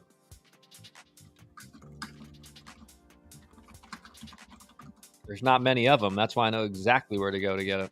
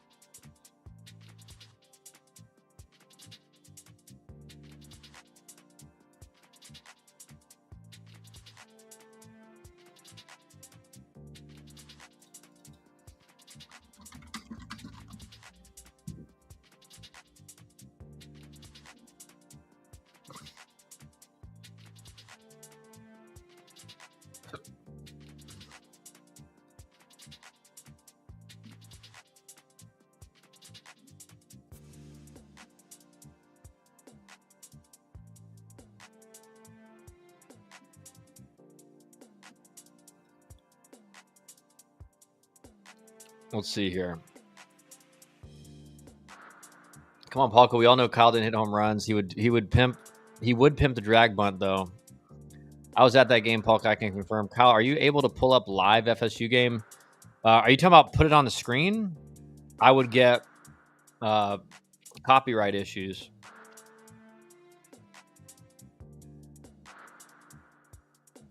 But Kyle had more juice than any of these nerds coaching now. Buck, unfortunately, Kyle has that tab saved as a favorite.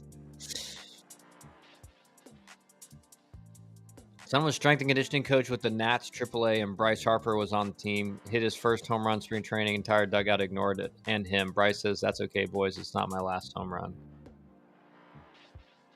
Palka, what? Kyle was on the juice, you say? Did he go to Miami?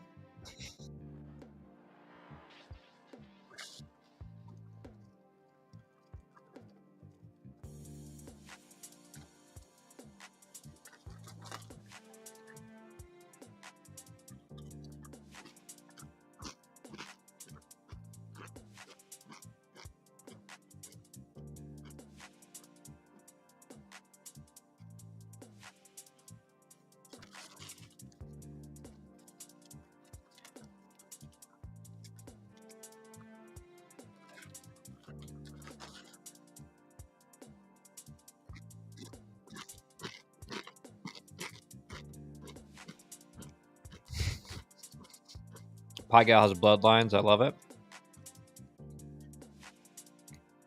Dusty. LOLOL. Pie Gal's greatness can't be overstated. Goat. Facts.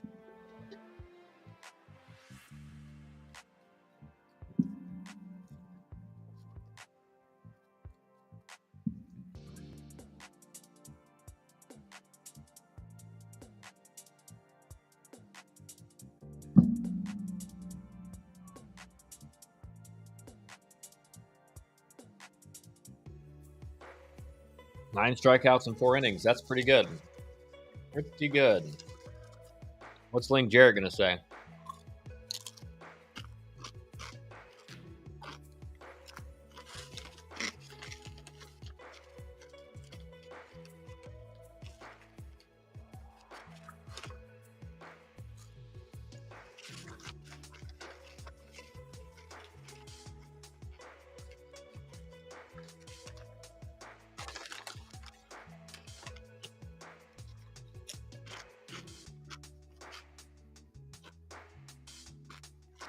Really good inning.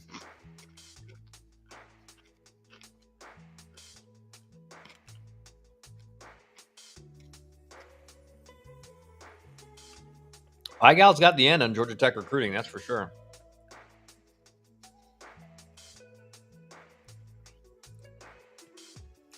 Palka, let's go, baby. Kane's back in the chat.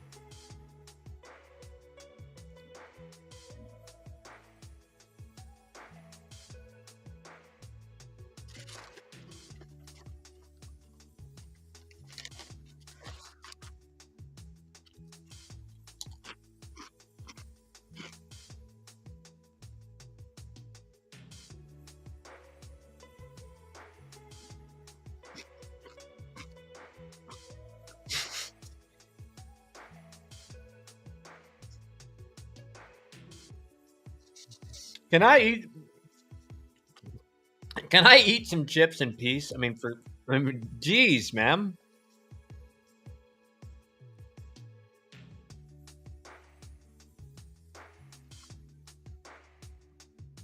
Link Jarrett is about as impressive as it gets. It would be really hard to not want Griff to go play for him.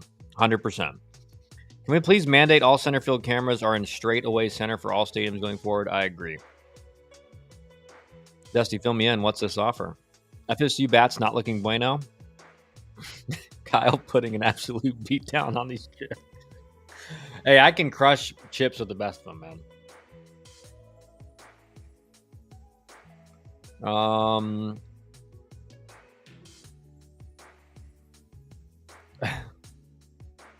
I was handling the ticket situation for one of our commits. A lot can happen when you miss out and go to Europe. Link is top tier. Dude's a beast. Jonathan wouldn't be happy with me if I screwed him over. Link is mid-season tan form.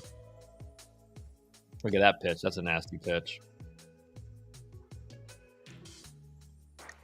I used to hear these same sounds when I'd play Minecraft with Kyle.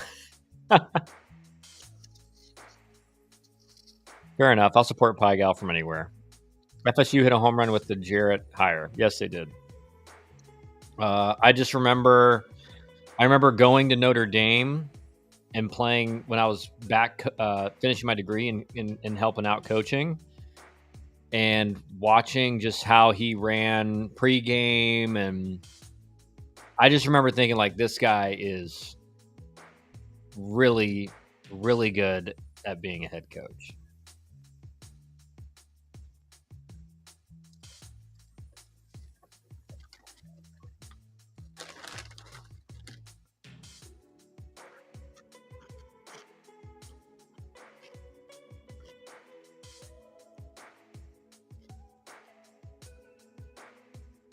I'm getting away from the mic.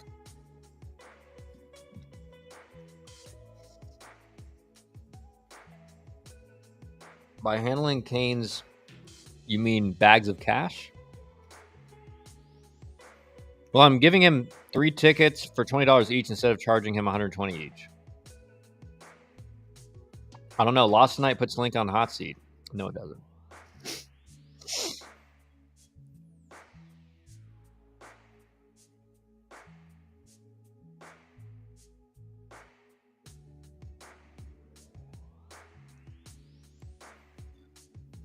Okay, so despite the Kyle slander, Arnold with his B stuff nearly threw 5 with 1 run. Yeah, for sure. 4 hits. It was not looking great there in the first inning. But I do like that Arnold also, you know what I really like about Arnold is he's not a fake tough guy after every inning coming off the mound. He's not like doing all this stuff and telling guys to sit down and everything. Like he just kind of knows he's good. Link is an 80 fungo hitter right here. I remember it being really good. 80's pretty tough to. 80's pretty rare though. That's a pretty rare fungo hitter. Ponder Deal was Georgia Tech win regional. We'd host cookout and have margaritas. Didn't happen. What's our outlook on Game 3, Miami and Louisville? 2 teams gifted berths battling for Omaha. That is an interesting take. Although Miami still had to. They had to win Game 5, so against the 1 seed. But the 1 seed had to make it out of the loser bracket, so I guess you could say that. All the FSU fans want Mike Martin back. No, they don't. Mike Martin Jr. And the portal commits are going crazy on X.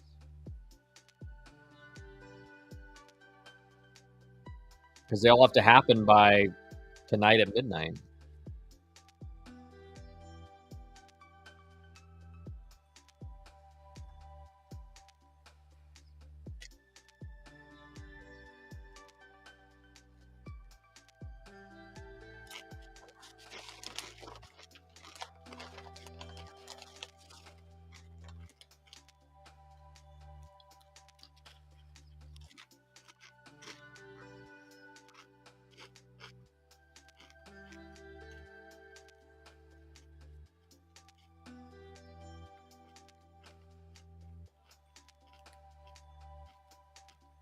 Junior would be 2-0 this Super.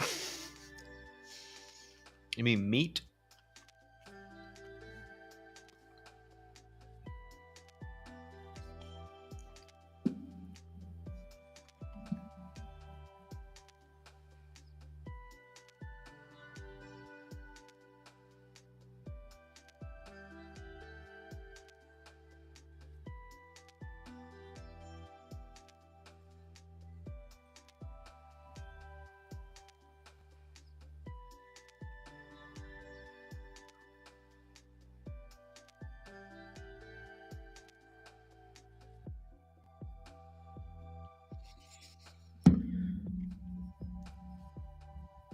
Rip 11, that's right. Let teams blow their cash now. Odd watching someone eat chips that way.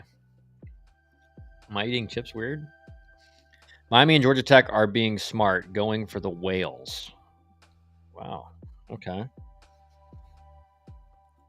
Okay, Canes. Wow. Canes, Miami's going for the whales?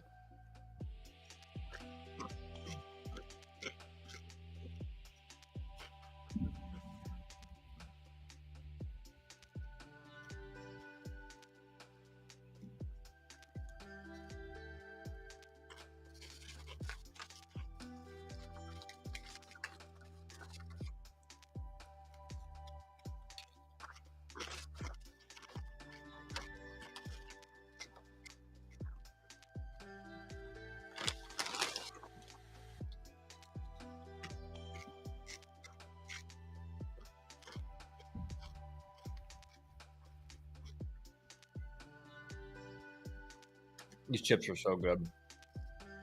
The stream becomes ASMR video at times. Can you guys hear that from over here?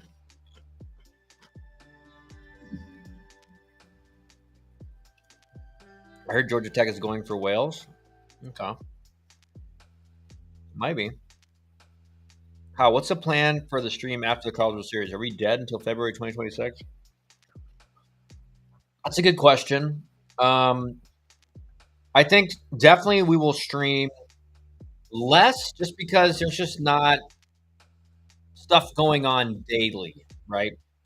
Obviously, this summer, like I already said, I'll be out at tournaments. Like this next week, I'll be gone Tuesday and Wednesday. Monday, I'll be at the Junior National Showcase. So,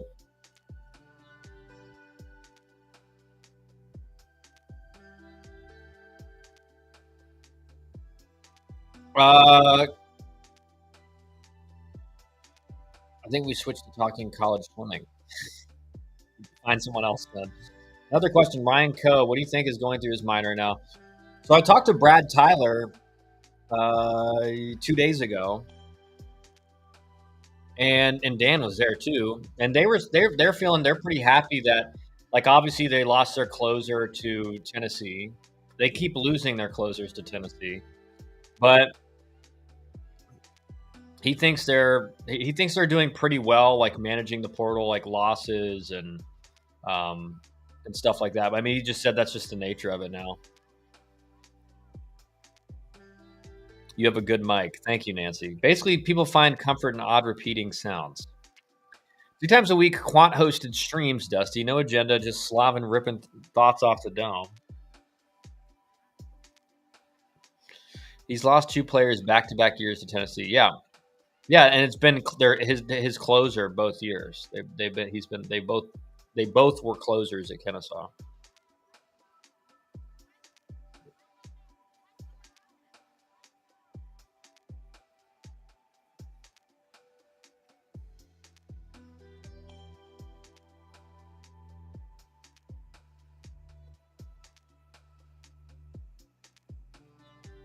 College summer ball streams? I don't know. Probably not, because those camera angles are so bad anyway.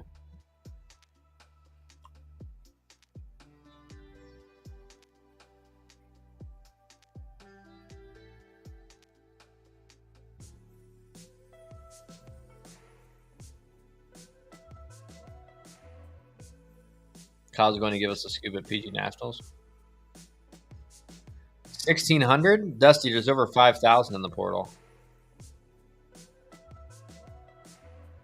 We are a little bit behind, my friend. Give us which number?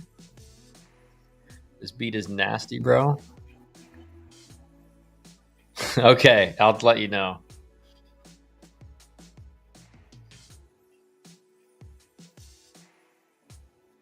Someone has to break through hitting for FSU. Yeah. I mean, really on both teams, really. I mean, it's been, I mean, Oregon State's definitely had more traffic, but both teams have been pretty, besides the inning they scored, they've just been no pressure. Although, like I said, Oregon State's had a little bit more pressure on Jamie Arnold. We'll be at WWBA in Florida in early July. We can pull some Game Changer up for big summer travel tourneys.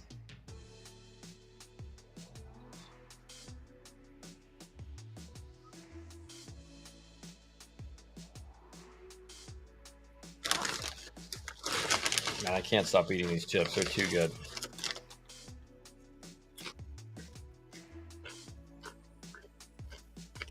Yes, Daniel.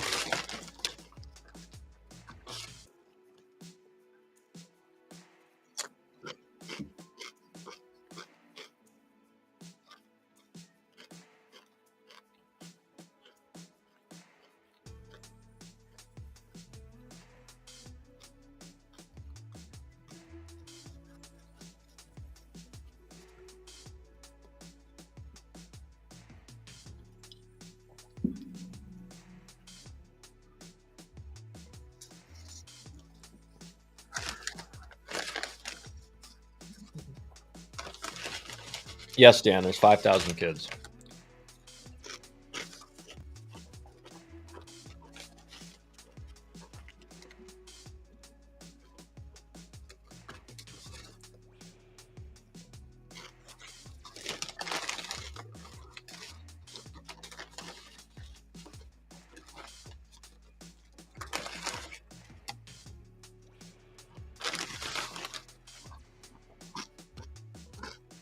Yeah, I see it.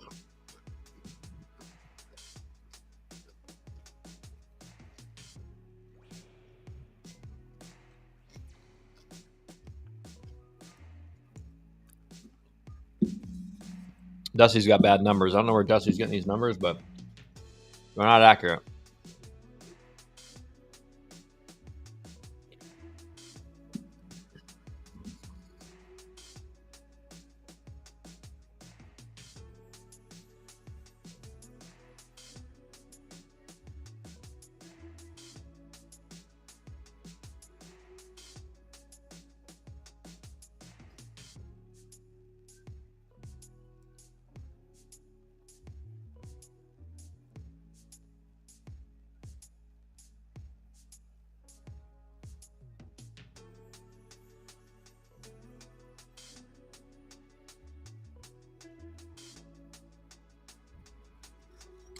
Yeah, I see the Pac-12 logo, Nancy. Isn't that weird to have the logo still? Yeah, it kind of seems like it. Dusty needs to stick to the booth. Let you handle the portal trail. That's right. That's right, Dan.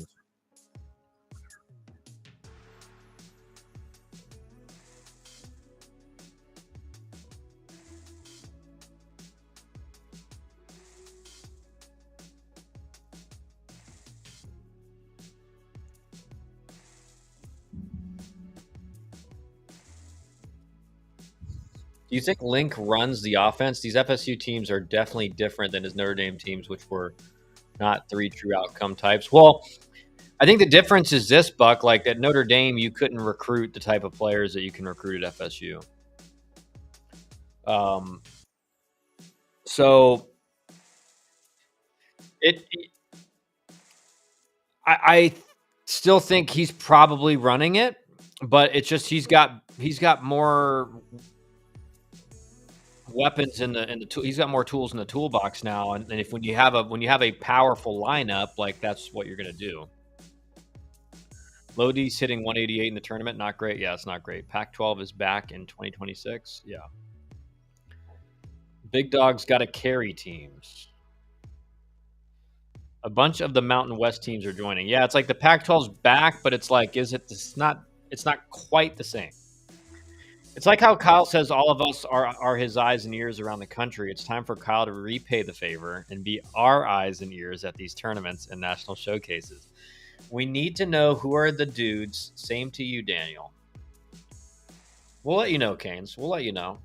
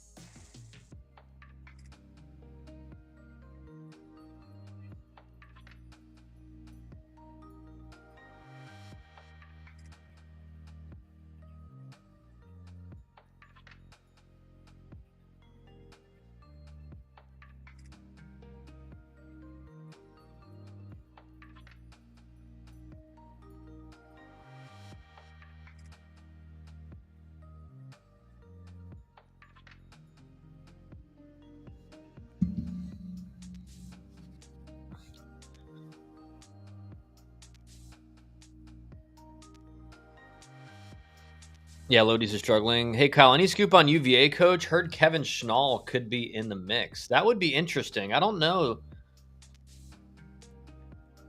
That would be interesting. I don't know. I mean, that would be, I have not heard that. I'm just hearing the same old, Kyle, there is a 97 from Arnold right there, pitch 87. I didn't see it. But that would be interesting. I'm just hearing the same old of, Jim Penders, Mike Glavin, Chris Pollard.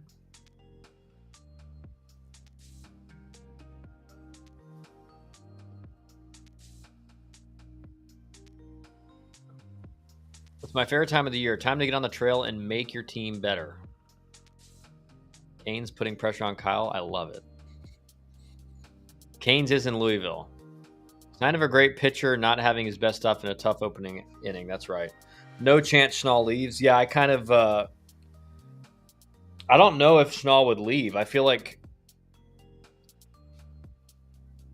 I guess to be honest, that feels like, to me, if that is a true rumor, I feel like that's just Kevin Schnall getting Coastal to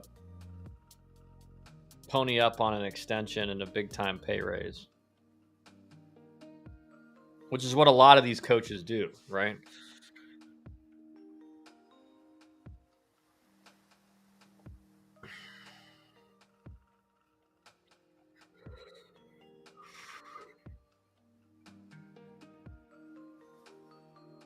I think it's funny UVA fans think they can get a fellow ACC coach who's in Supers every other year.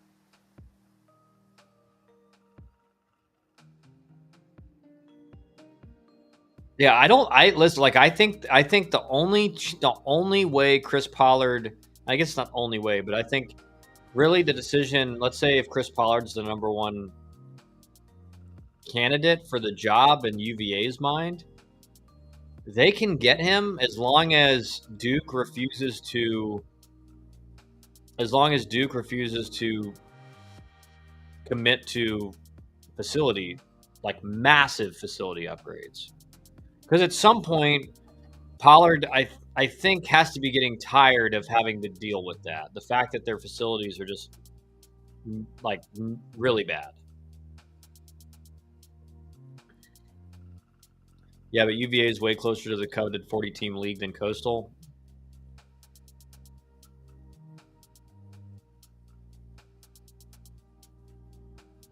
Apple ain't going nowhere in Corvallis. UVA is in a tough place. Roster depleted, staff gone. It's a high academic school. Can't just get JUCO and transfers. Could be the end. Yes, I agree, Dan. And I said this last week. It is going to be a rough year at Virginia next year because they have, and this is the issue with the transfer portal, is all of their best players have left to go to Mississippi State. So you're stuck with guys who aren't great. And like Dan said, it's high academic. You can't just bring in a bunch of JUCO bandits or whatever. It's very likely that next year at Virginia is like one of the worst years in recent history. And they didn't make the tournament this year, but they were 16-11 in conference. Schnall isn't used to dealing with academics like at UVA. Pollard, Schnall, etc. are going to jump if we think the Super Conference is legit. Agreed. Like if they think that's a legitimate thing, they will be jumping soon. The news on this was straight propaganda by who else? Pete Nakos, the agent propaganda machine mouthpiece. That was never even in talks, and Kendall Rogers said it. Yeah.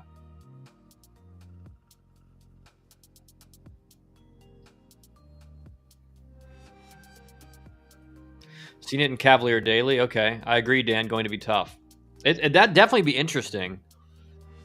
All these coaches are making moves right now for the Super Conference.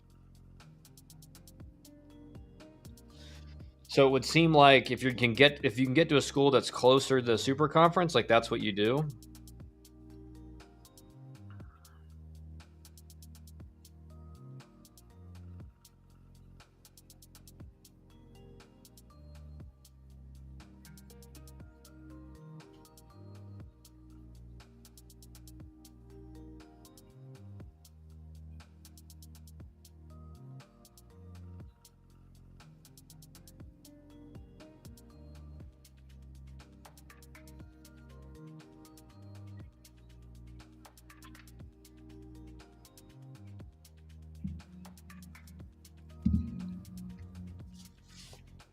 You got to get to a football power, unfortunately. For example, Maryland is suddenly a way better job than Coastal Carolina. Yeah.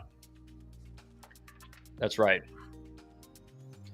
It's crazy how that's shaping up.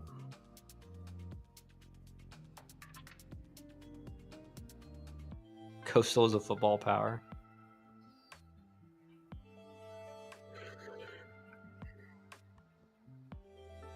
Dude, I'm so tired. I can't stay up for this whole game.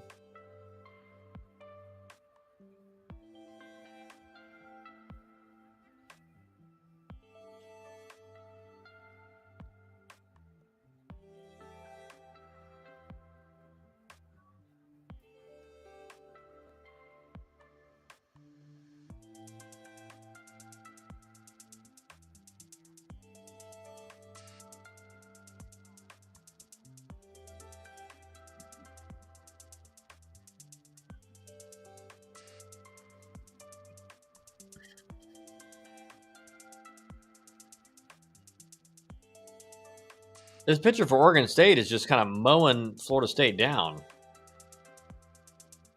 We're just taking fastballs right down the middle of 1-2.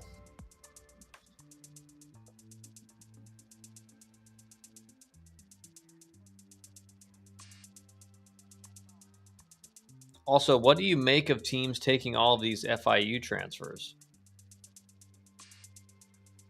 Kyle, how quick does Brian O'Connor get Mississippi State right? Are we talking 2026? I think so, based on the guys I've seen them retaining and also getting.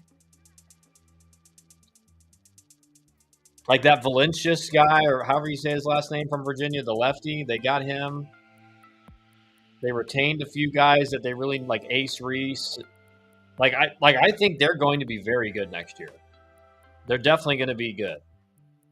And they kept Justin Parker, the pitching coach, who did like a really good job with them this year. So I just think all around they should be good. We'll see.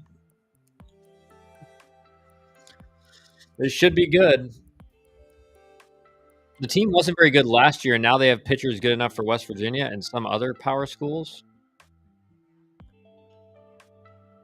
I'd have to look into them more, Canes. I just have to look into them more.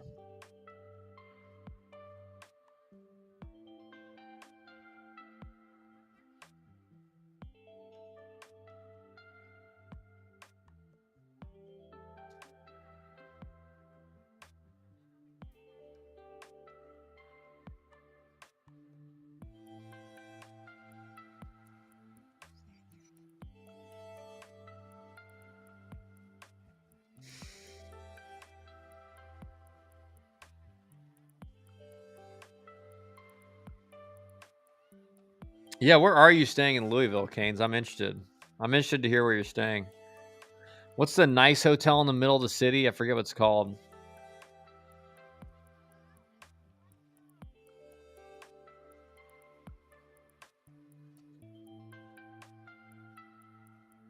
Four Points by Hilton or Sheridan.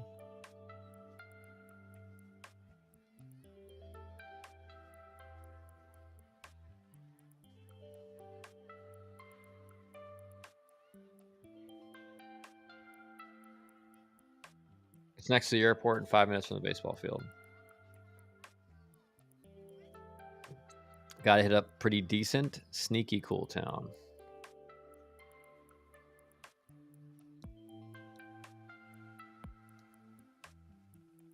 Yeah, Oregon State's pitcher going blow for blow with Jamie Arnold.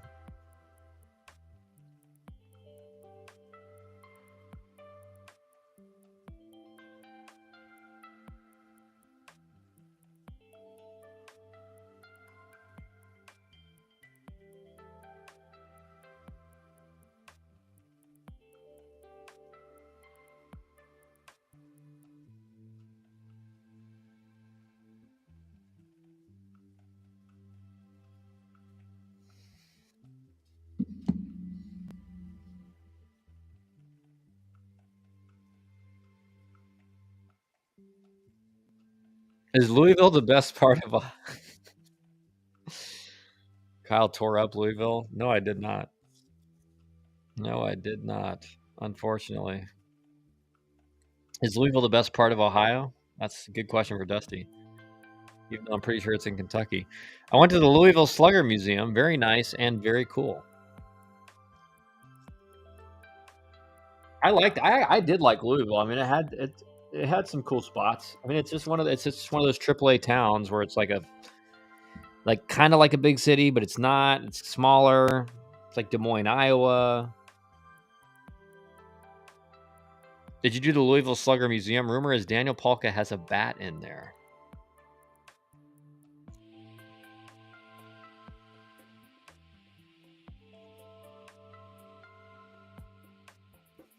Jamie Arnold going into the seventh with 98 pitches.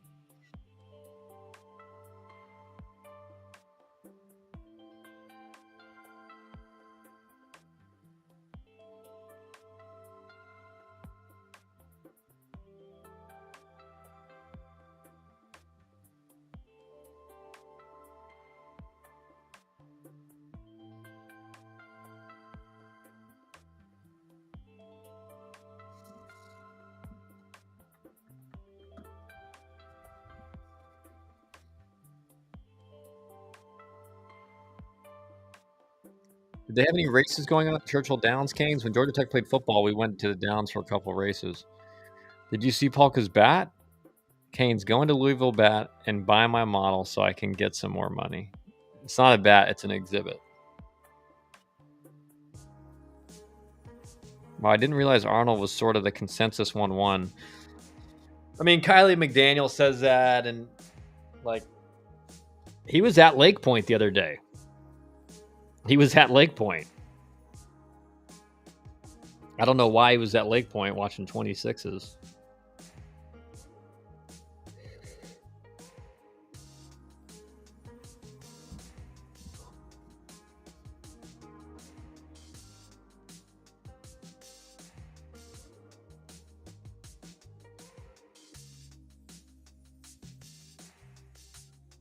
Heard it was the whole Palka experience.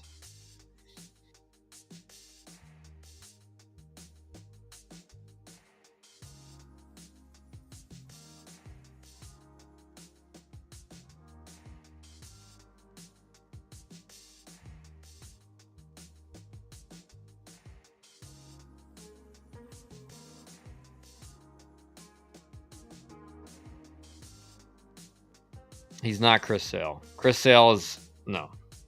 I don't think he's as much Chris Sale as he is Josh Hader.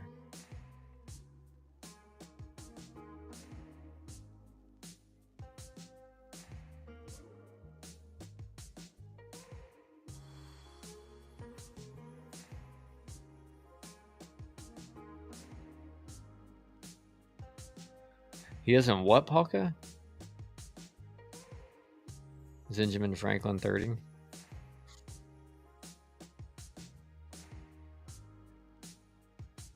I'm so tired, dude. Like I'm so tired right now.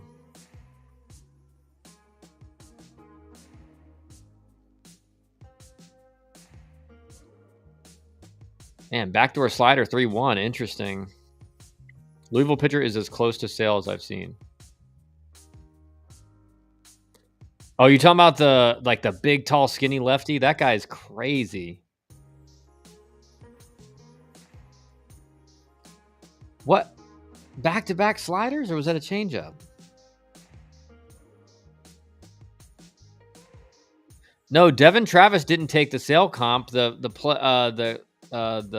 play-by-play guy said, "Do you see Chris Sale?" And he was like, "Oh yeah, yeah, I see that." You know.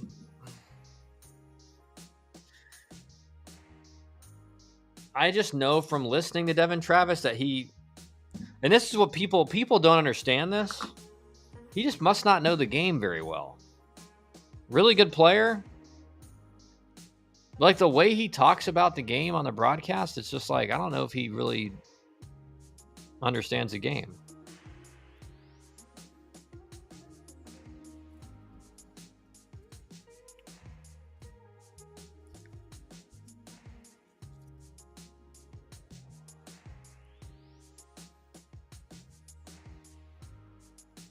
Devin Travis is really good on air. They got a great staff. Yeah, I'm pretty sure it was a slider, JD. I don't understand the back-to-back slider there, 3-1, 3-2. Like, he's the projected number one pick for a reason. Even in the regular season, Dusty, I just don't. It's not fun to listen to. You know, like if you're doing a broadcast and someone is just like, man, like every time you talk, it's like annoying. That's not good.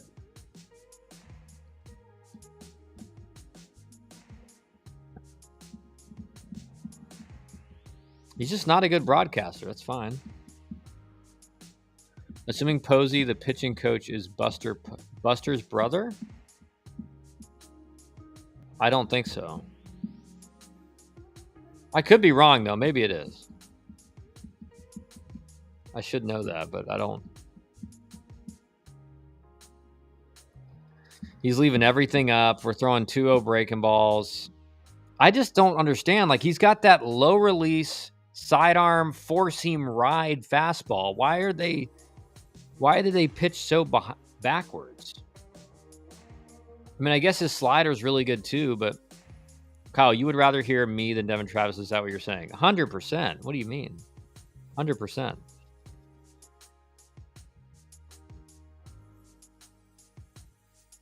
It's just that, like, run-of-the-mill vanilla analyst talk. It's like, well, he sets up his fastball. It's like, everybody knows that.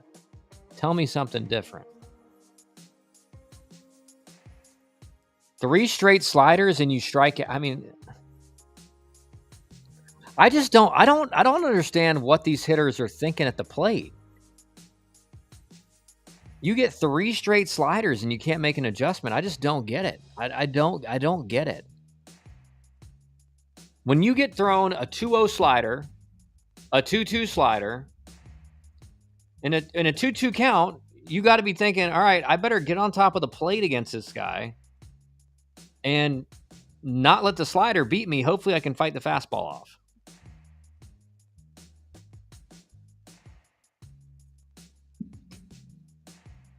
But I'll say it like this.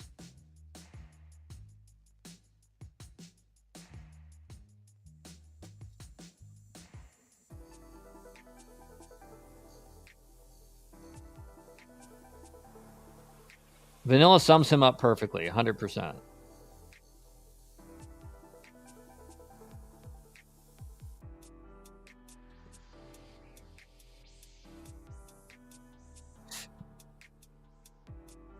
Buck, actually, I think no relation. Yeah, I don't think they're related. Not everyone can be as good a broadcaster like Dusty. Dusty is good. Apparently, Micah Posey and Buster are not related, even though the FSU connection, just helping you out, Kyle, so you don't slip up when meeting him, making small talk. I would never, that's my twin brother, Buck. My twin brother would say something like that. I would never, to someone, if I'm not sure about it, I'm not going to bring it up. My twin brother would just go with it. He would just be like, yeah, you're Buster's brother, right? He'd be like, nope. Like, that's something he would do. Pie Gal delivers once more. Who's this reliever? We'll find out here soon. I didn't see. I think it's Faroe. I would have liked to have seen Arnold finish the inning, but I mean, he's at 113. And I guess it's Arquette coming up, playing the matchup, third time through. But I kind of like, again, I kind of like going with the projected first overall pick, even if he's faced the guy 3 times. That's who I would probably like to get this out here. But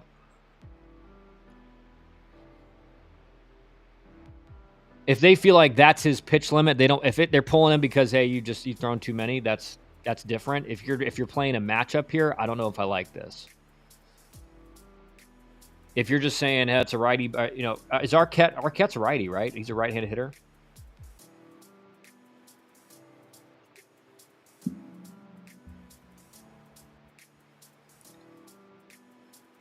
Charles?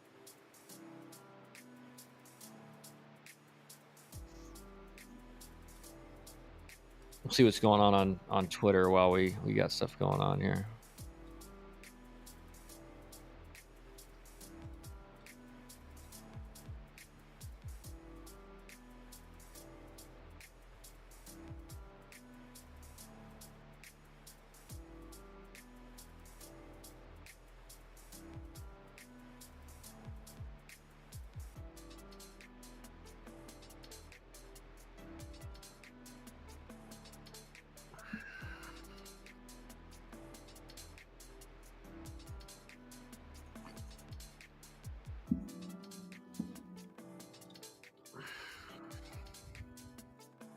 He was at the end of his rope for sure. Stuff was fading.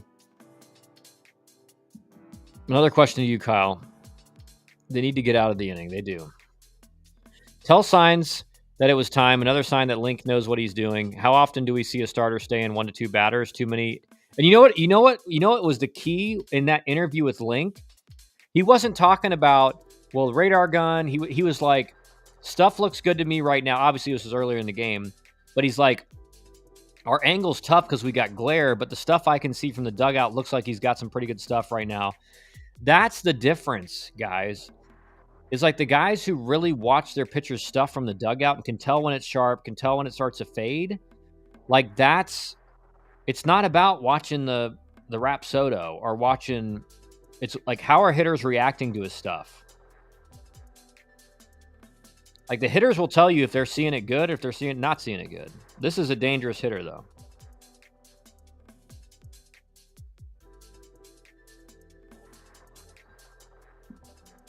Two-sport athletes, football player who can also play baseball. Do you think they will be as valuable as they used to be? Since they used to take a football scholarship and there was more roster spots? Yeah, definitely not so, Canes, just because depends on the school, right? I mean, if they're on a football scholarship and your school doesn't have all full rides, like that's if he's actually a legitimate baseball player. But the days of like the football player, and it was the right decision, but the days of the football player, like sitting on the bench and like you may be developing him, those days are kind of gone.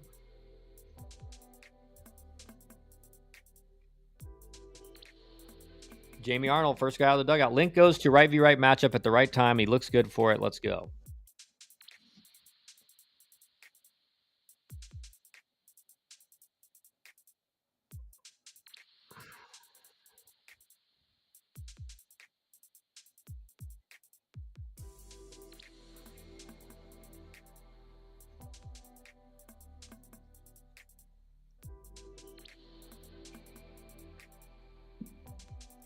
Once again, your game is behind mine. Weird.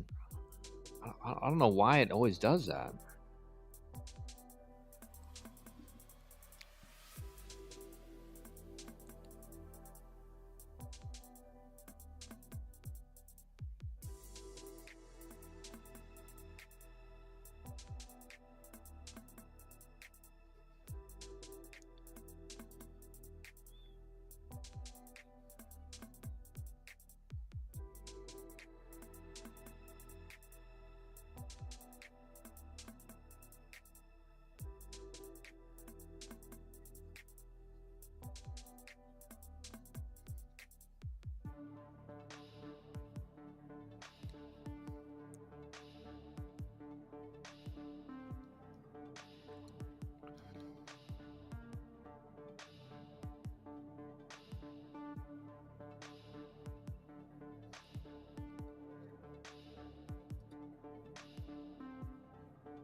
2.5 innings, Kyle. You got this? Golly, man. I'm fading, bro. I'm fading like Jamie Arnold stuff right now.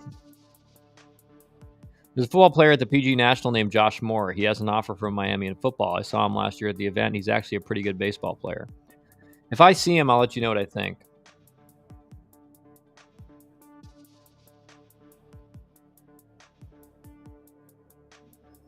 Ethan Kleinschmidt still in the game. Kyle, are you going to be live through this game, or is end near? End is near. End is near. I kind of want to watch FSU hit, and then I'm probably going to call tonight because I'm about to fall asleep on stream. Taking a fastball right down the middle. Third time through the... You've seen this guy 3 times. You're in a 1-0 count. You get a fastball right down the middle, and you take.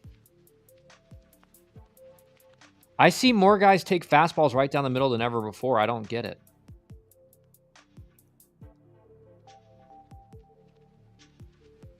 I just don't get it. All right, surely he's going to be ready to hit now, right? Going to be ready to hit now.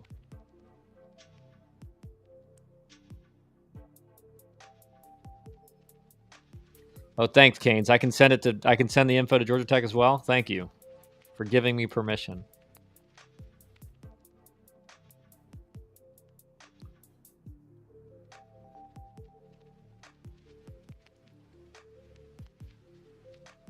Plays in Michigan, so that's a good football competition. Don't know if it's a good baseball competition.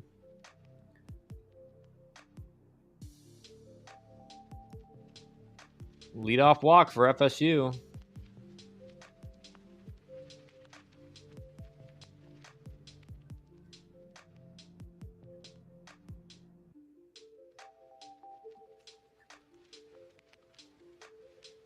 Just tell me it's not a pitching change. I just don't want to. I don't want to go through a pitching change.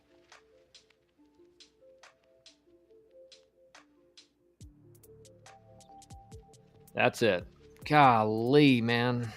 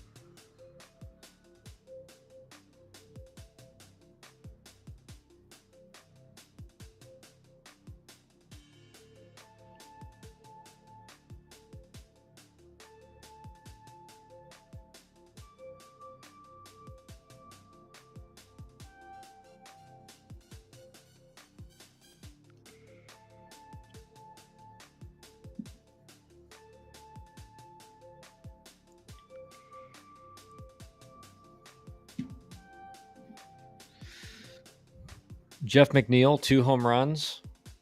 They heard you say, don't be a pitching change. They did. They heard me say it. Shouldn't have spoken.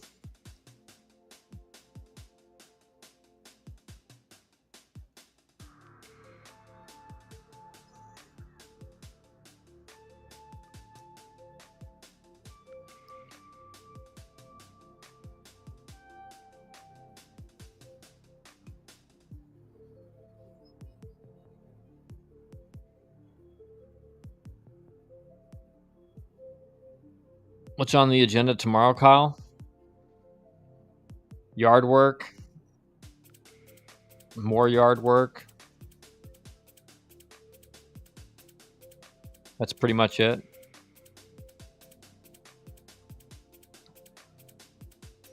Catch some of the PG Junior National probably.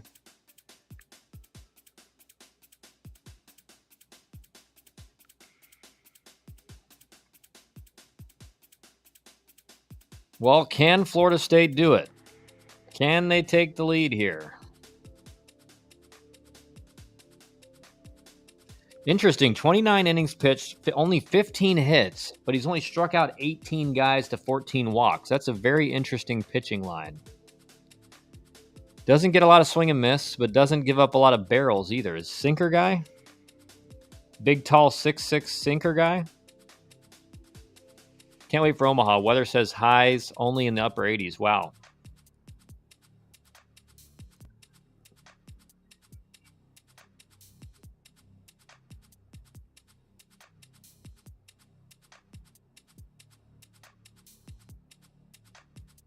All right, folks, that's it for me tonight. See you, Dust.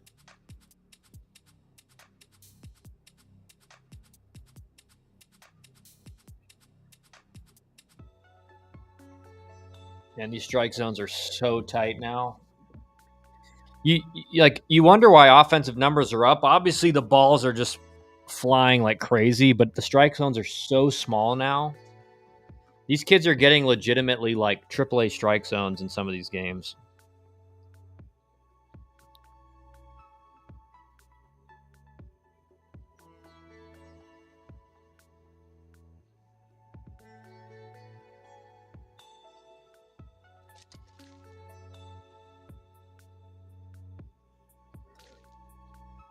Oh, man.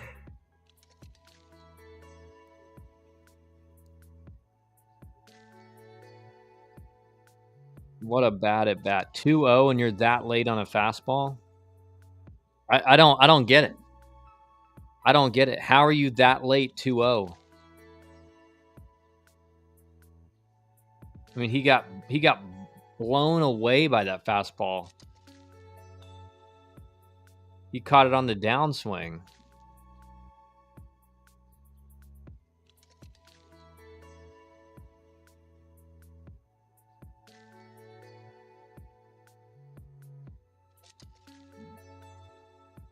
Oh my gosh, they're challenging the play now.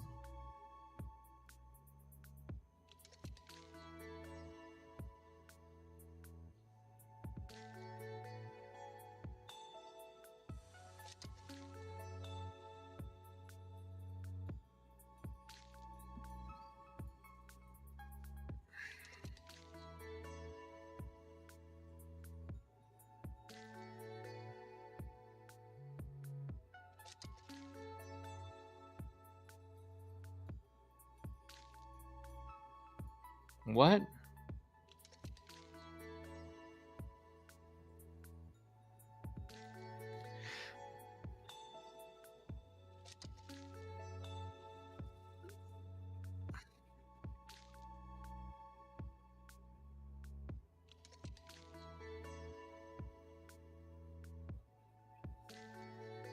What is this challenge? I mean, what is this challenge?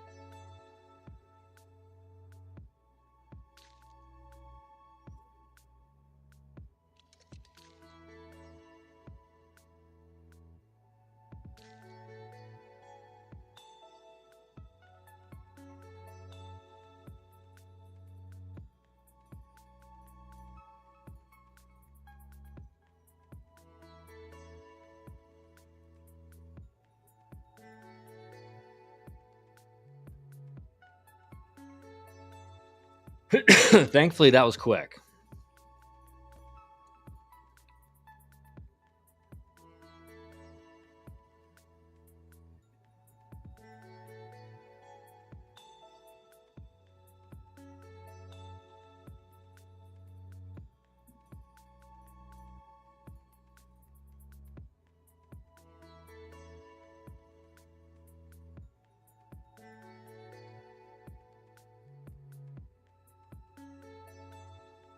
Rare case of the umps getting it right this season. Yeah, I mean, it's like, what are we challenging there?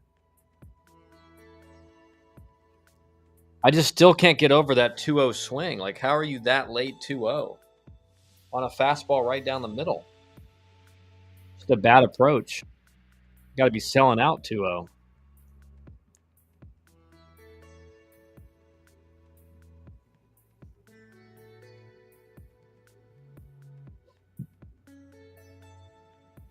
Especially when he's gone 2 balls. I mean, it's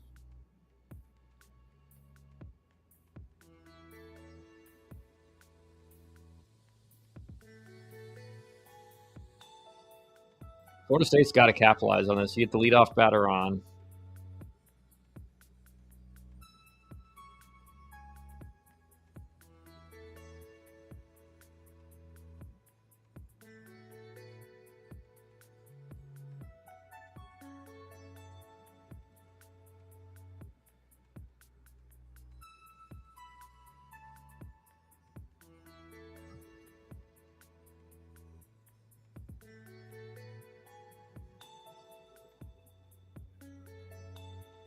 There we go. That's a good 2-0 swing or 2-1 swing.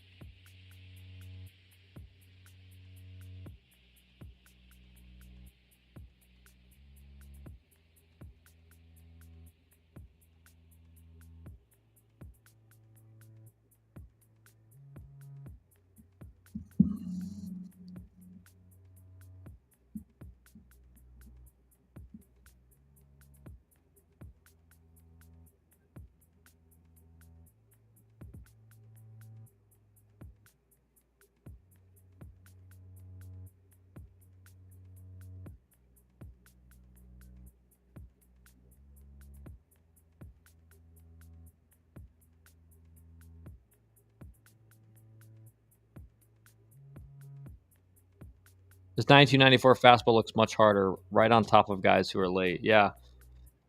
But they should know that in the scouting report. Like, they should know he's got extension or whatever it is. I just don't like this guy's swing. I mean, he's just like, it's like a 2-strike approach even before 2 strikes. He's just like fighting fastballs off instead of trying to do damage.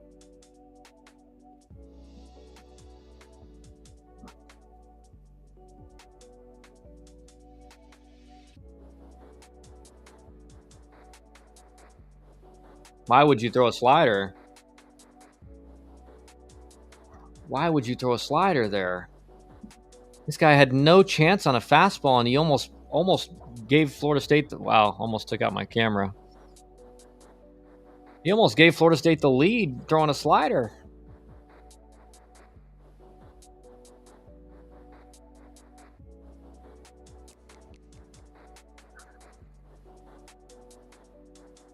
Tampa won the D2 Natty again. Yeah, what else is new?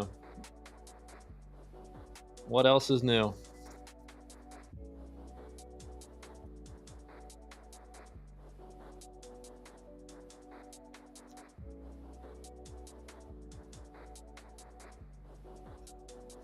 $88 right there. What was that?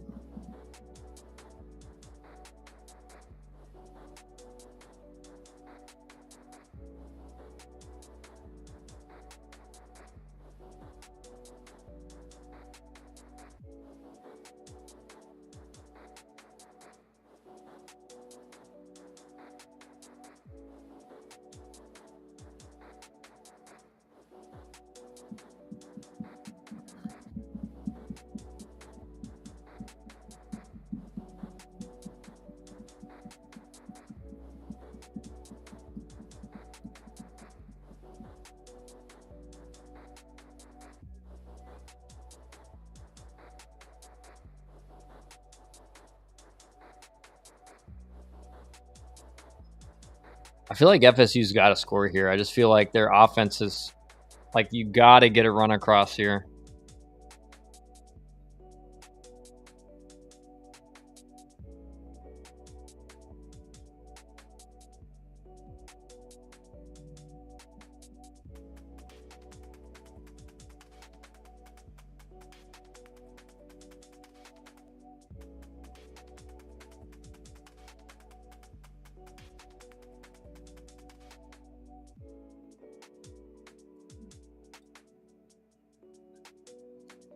Late, man. Just late on. These guys are all late in damage counts. Yeah, exactly right, Sanjay. It's just like 2-0, 2-1, 3-1, and everyone's like so late. Don't throw a slider here. Do not throw a slider here. Do not throw a slider here. He finally caught up to it. Don't get thrown out of third. Don't get thrown out of third.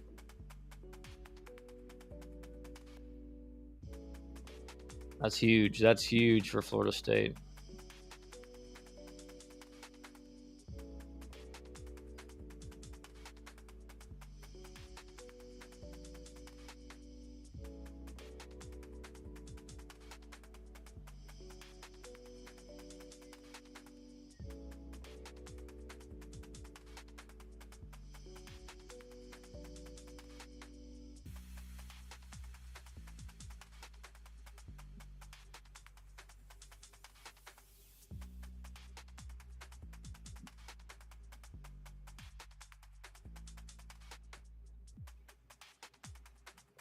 All right, if this is a pitching change, I'm out.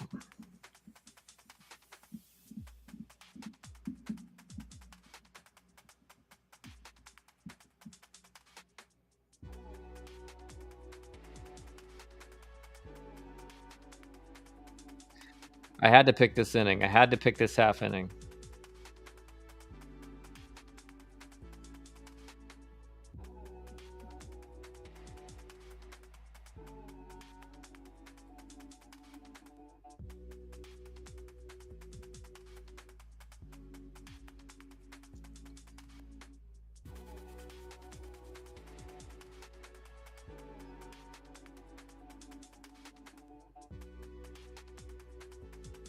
All right, guys, that's going to be it for me. Night, night.